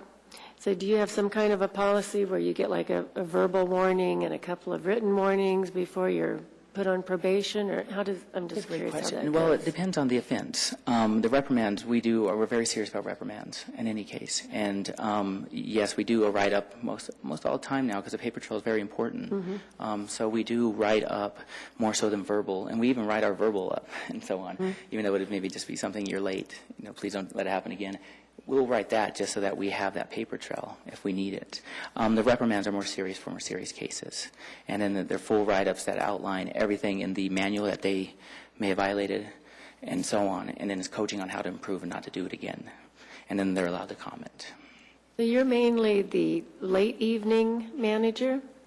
We all do a little of everything, but we have a couple managers there on the late nights. Okay. We do. We do 2 on every Thursday, Friday, and Saturday night, which is good. Thank you. Thank you. When do you call the police? Actually, that was a very good question. We were told at one point to call them whenever we felt uncomfortable about a situation, whether it was something as we may not have liked the way a patron was acting, whether he's getting rambunctious or loud, if we could not control it by changing the music or putting security people kind of in the vicinity of him to make sure that he acted appropriately.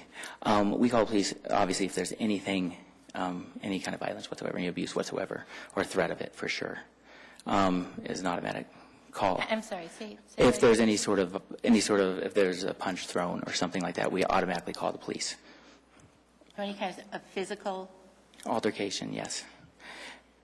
And they instruct us to call them anytime we felt that their presence might be needed, even if it was just for a walk-through. And that's what I meant more of. If we do notice that there is kind of a rambunctious crowd, a loud crowd, or something along those lines, their walk-through, their presence is great, and they've been really good about that.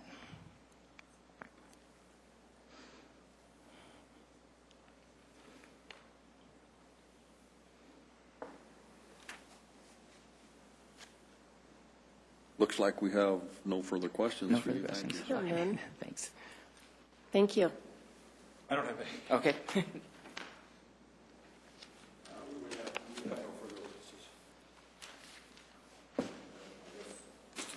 Summation, we would ask you to approve the stipulation. I think it's appropriate, given the totality of the circumstances, the size of the crowd, the steps that were taken.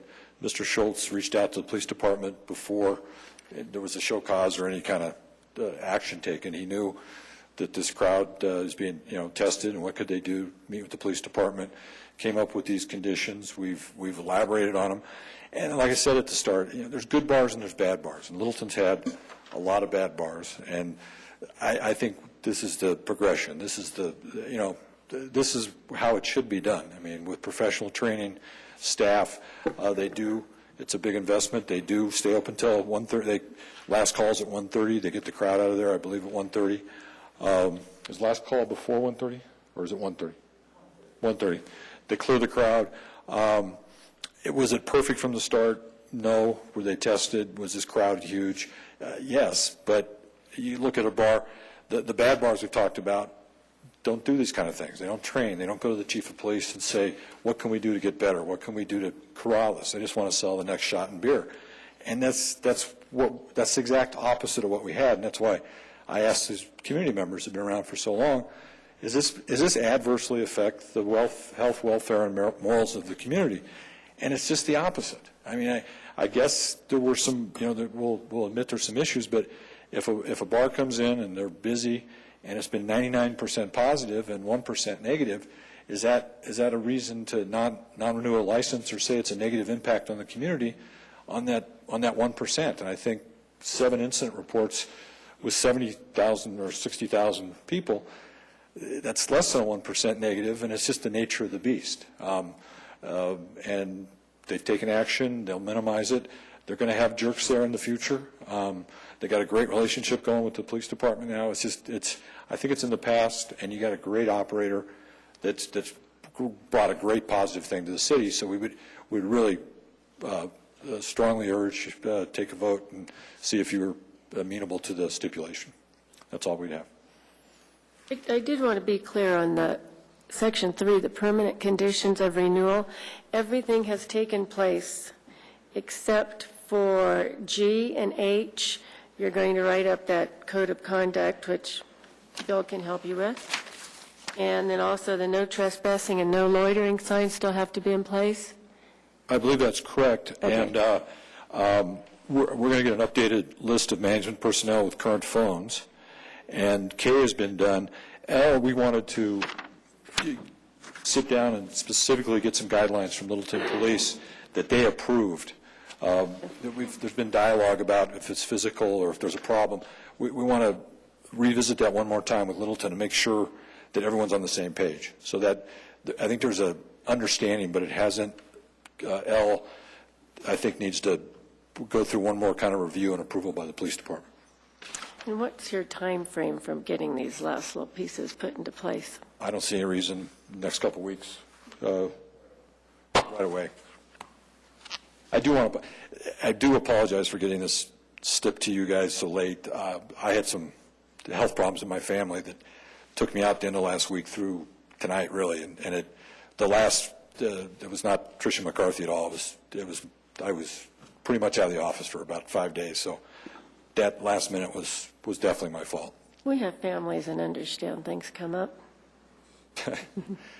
We're So maybe by the middle of January, you can have these things taken care of?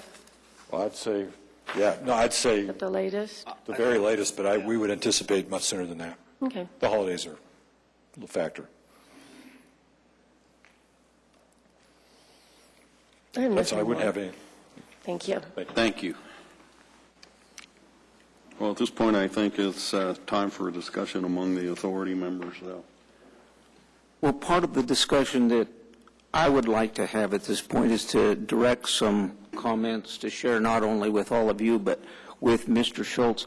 You don't know us, but we have a long history in Littleton of trying to support business. We're not here, and we know how important that liquor license is to you. We're not here to see that you do poorly.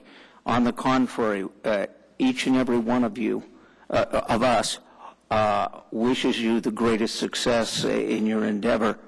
I think I do, and I would assume, again, other board members know you to the extent that in managing other establishments over 15 years, you've only had one violation. So I can't believe that you are a business owner with this kind of investment that has a laissez-faire attitude towards what's happening to your investment. The contrary is obviously true. Having said that, also, Counselor, I wish to again apologize for the potential coronary arrest. And the other thing I want to share with you is to put you at ease that any problems we have as an authority with some procedural problems right now is not going to influence our decision and how we're looking at the situation in regard to your business, whether it be this stipulation or if it were to go to show cause hearing. I am not going to vote in favor of the stipulation for the reasons I'm going to share with you.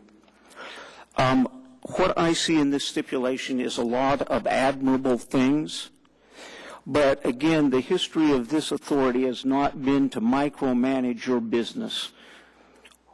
You're a serious business owner. You want to see it succeed. I will give you a couple examples. We had, before the authority, a retail liquor outlet that had, one of those drive-up windows. They had, if you'll members remember, that the individual there who was the owner had served an individual coming to that window who was intoxicated, and the police were looking that day for on a hit and run.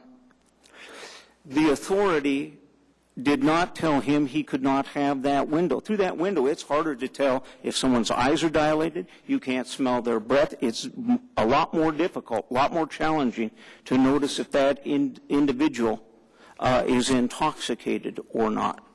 But we did not direct, and we did not think that it was our responsibility to say, you cannot have that window there. If you're going to, you need to realize the challenges involved with that, and if you continue to have violations and it looks like the window is part of that problem, you can expect the authority to respond accordingly. We have had other such incidents where we chose, it was suggested, I'll put up cameras, and the authority said, we're not here to say you have to incur that expense. We are here to see you succeed, and you need to do what you need as a business owner in order to succeed, part of which is not getting violations, whether you have 100 people run through there or 70,000. So the part that I'm uncomfortable with in this stipulation is that many of these issues are in stipulation with this authority, agreeing to see to it that you micromanage your business. The license agrees to submit a written dress code policy to the City of Littleton Liquor Licensing Authority. I don't think that's our preview. I think that is yours. We'll ask the questions. What do you intend to do so that we can see and know that you're serious? Like, for example, one of the things that in this stipulation that isn't micromanaged, well, maybe it's a bit, we've even told people you don't have to put in, we're not going to tell you you've got to put in a scanner, although it really, really cuts down the incidence and makes you in a position where you're less likely to violate the liquor code.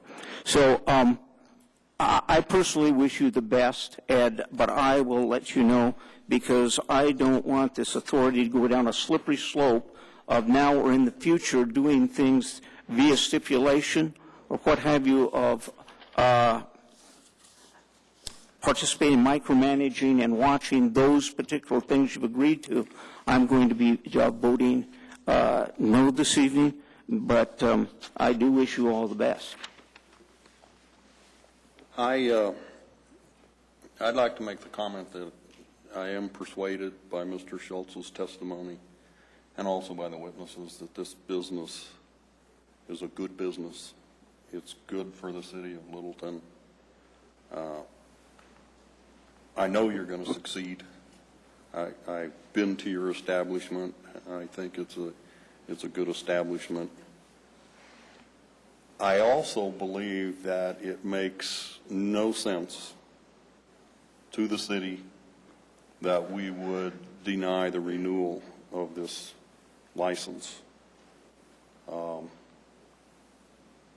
As far as a show cause hearing, I believe we've heard everything in this hearing tonight that we would hear in a show cause hearing a month from now. And I see no benefit to have that hearing. So I'm prepared to make a motion that we approve the stipulation. Everybody gets a vote. But that's my feeling, and that's my prediction of how I will proceed on. I'm trying to see through the fog of procedure, and I say that in all seriousness. I think we obviously have some issues that we need to work out, and I'm sorry that it happened that you all got wrapped up in kind of a lot of transitions. I think, to me, practically, I think there was an incident. We can call it an incident because it's not a violation until we say it is, but especially the young woman who had a 0.2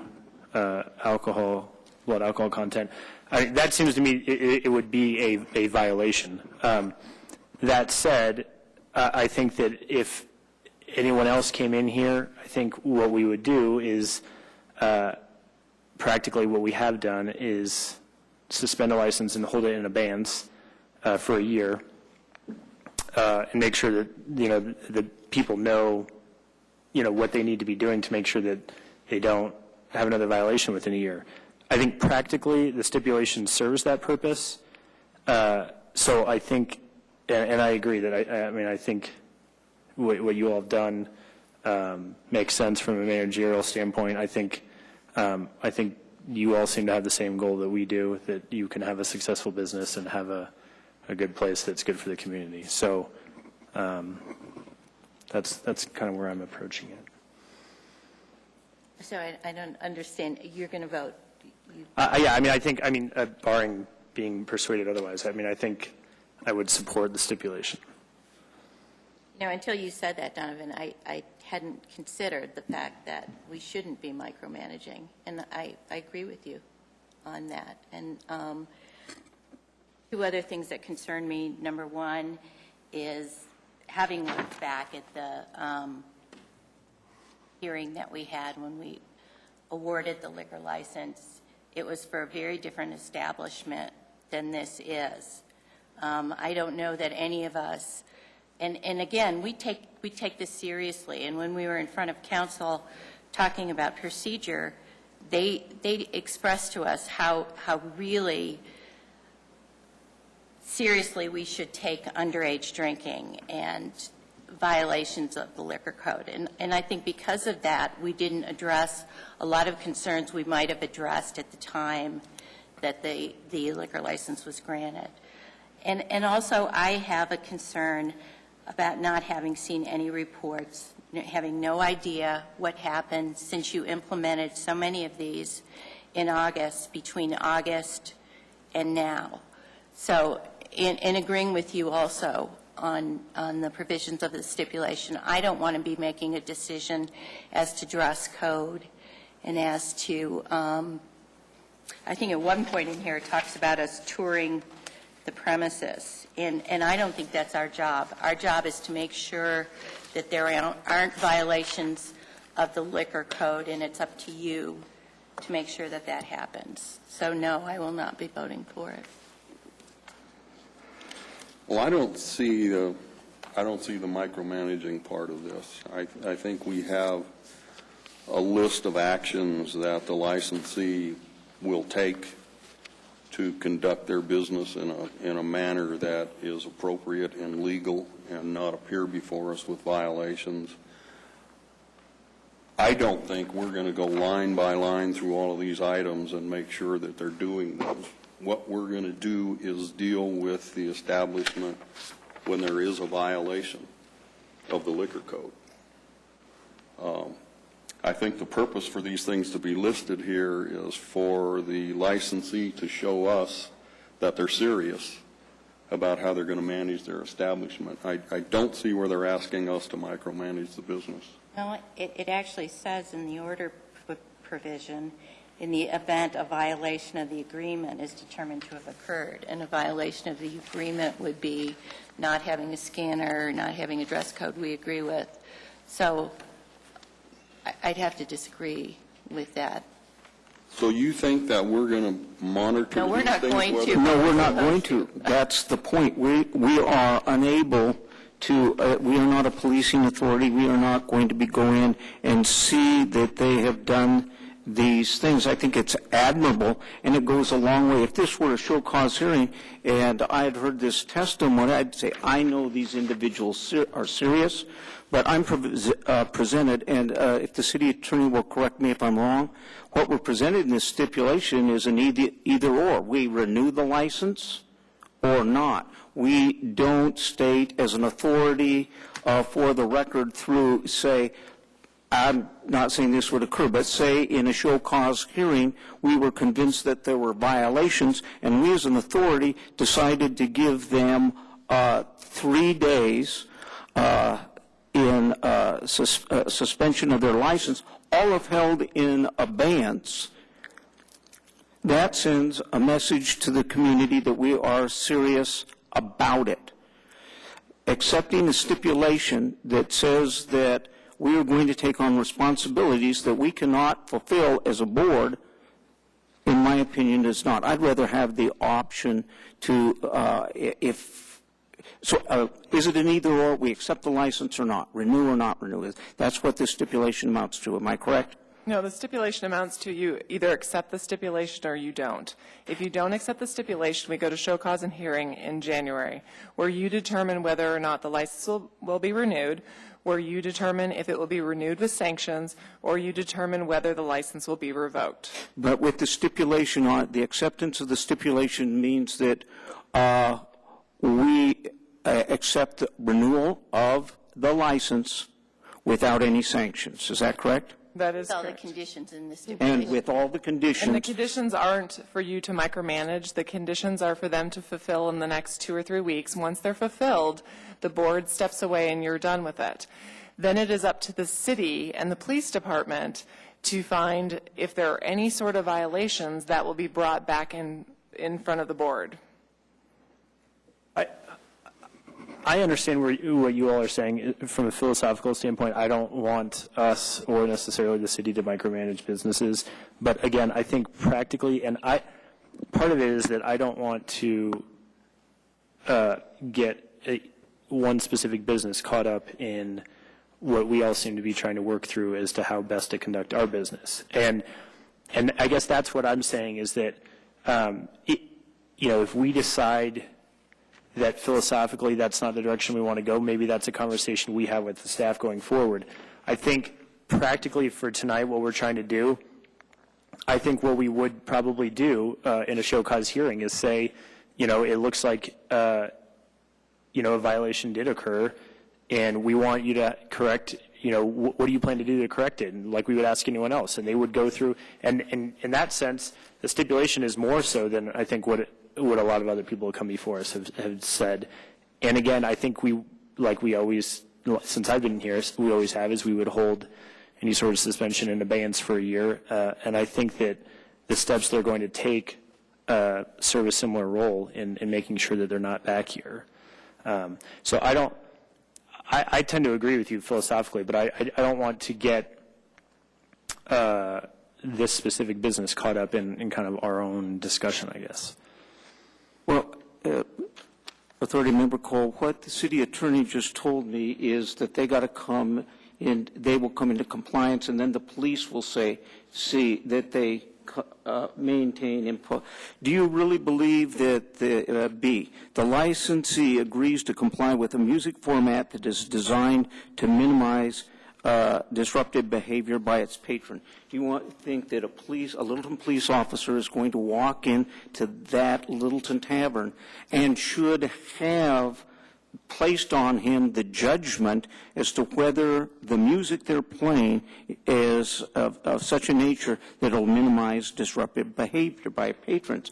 That's an undue burden placed on a police officer.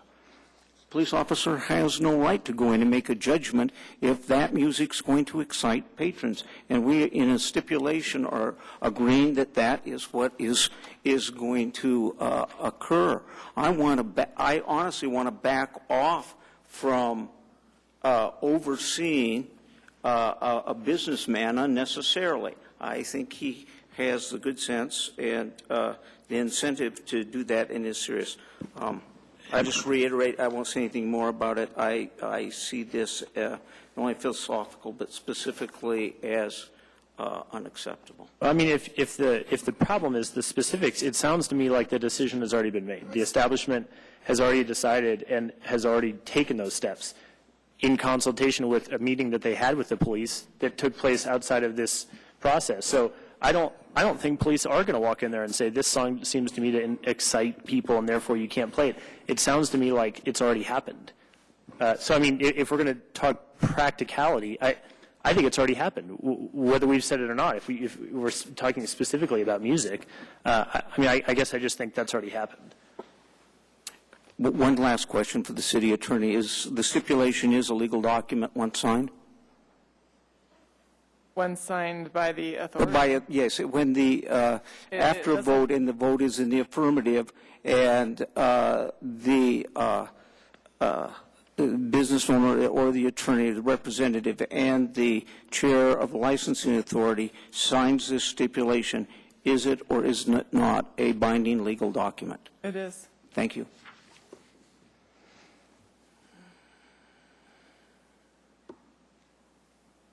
At this time, I'd like to move that the authority accept the stipulation that Tavern Littleton Incorporated, doing business as Tavern Littleton, 2589 West Main Street, violated CRS 12-47-901 1A and Littleton Municipal Court 3-2-10F. Based on said findings, I move that Tavern Littleton Incorporated, doing business as Tavern Littleton, 2589 West Main Street.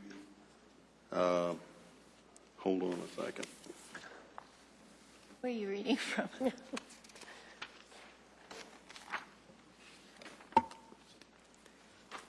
Actually, I'm going to stop the motion there. That I'm moving that we accept the stipulation as stated.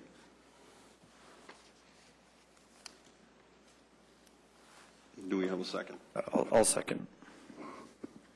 Rochelle, would you poll the authority, please? Yes.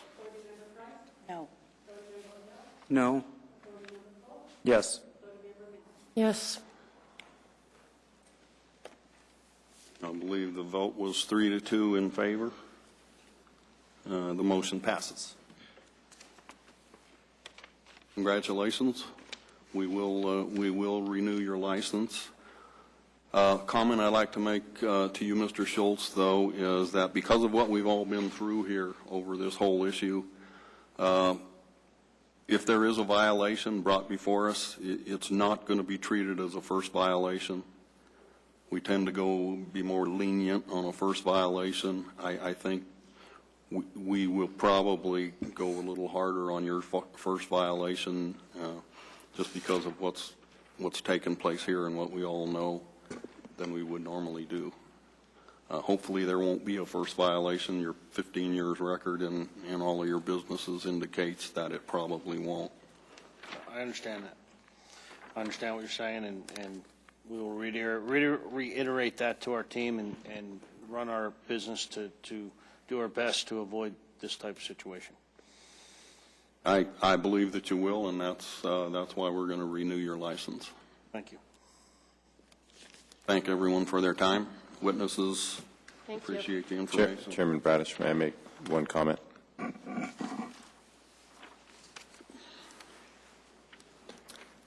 I just, if I may, the question about off-duty officers working at the tavern, that is something I will follow up with the chief on, and I don't have any history of that or knowledge of that, but I'll certainly find out kind of what the policy and what the rationale is for that, because I do understand the need and the challenges if you can't use the local jurisdiction to assist in that fashion. So, and we'll follow up with you and let you know what that policy decision is. Just an FYI. Thank you. I appreciate that. That was a question I was going to have.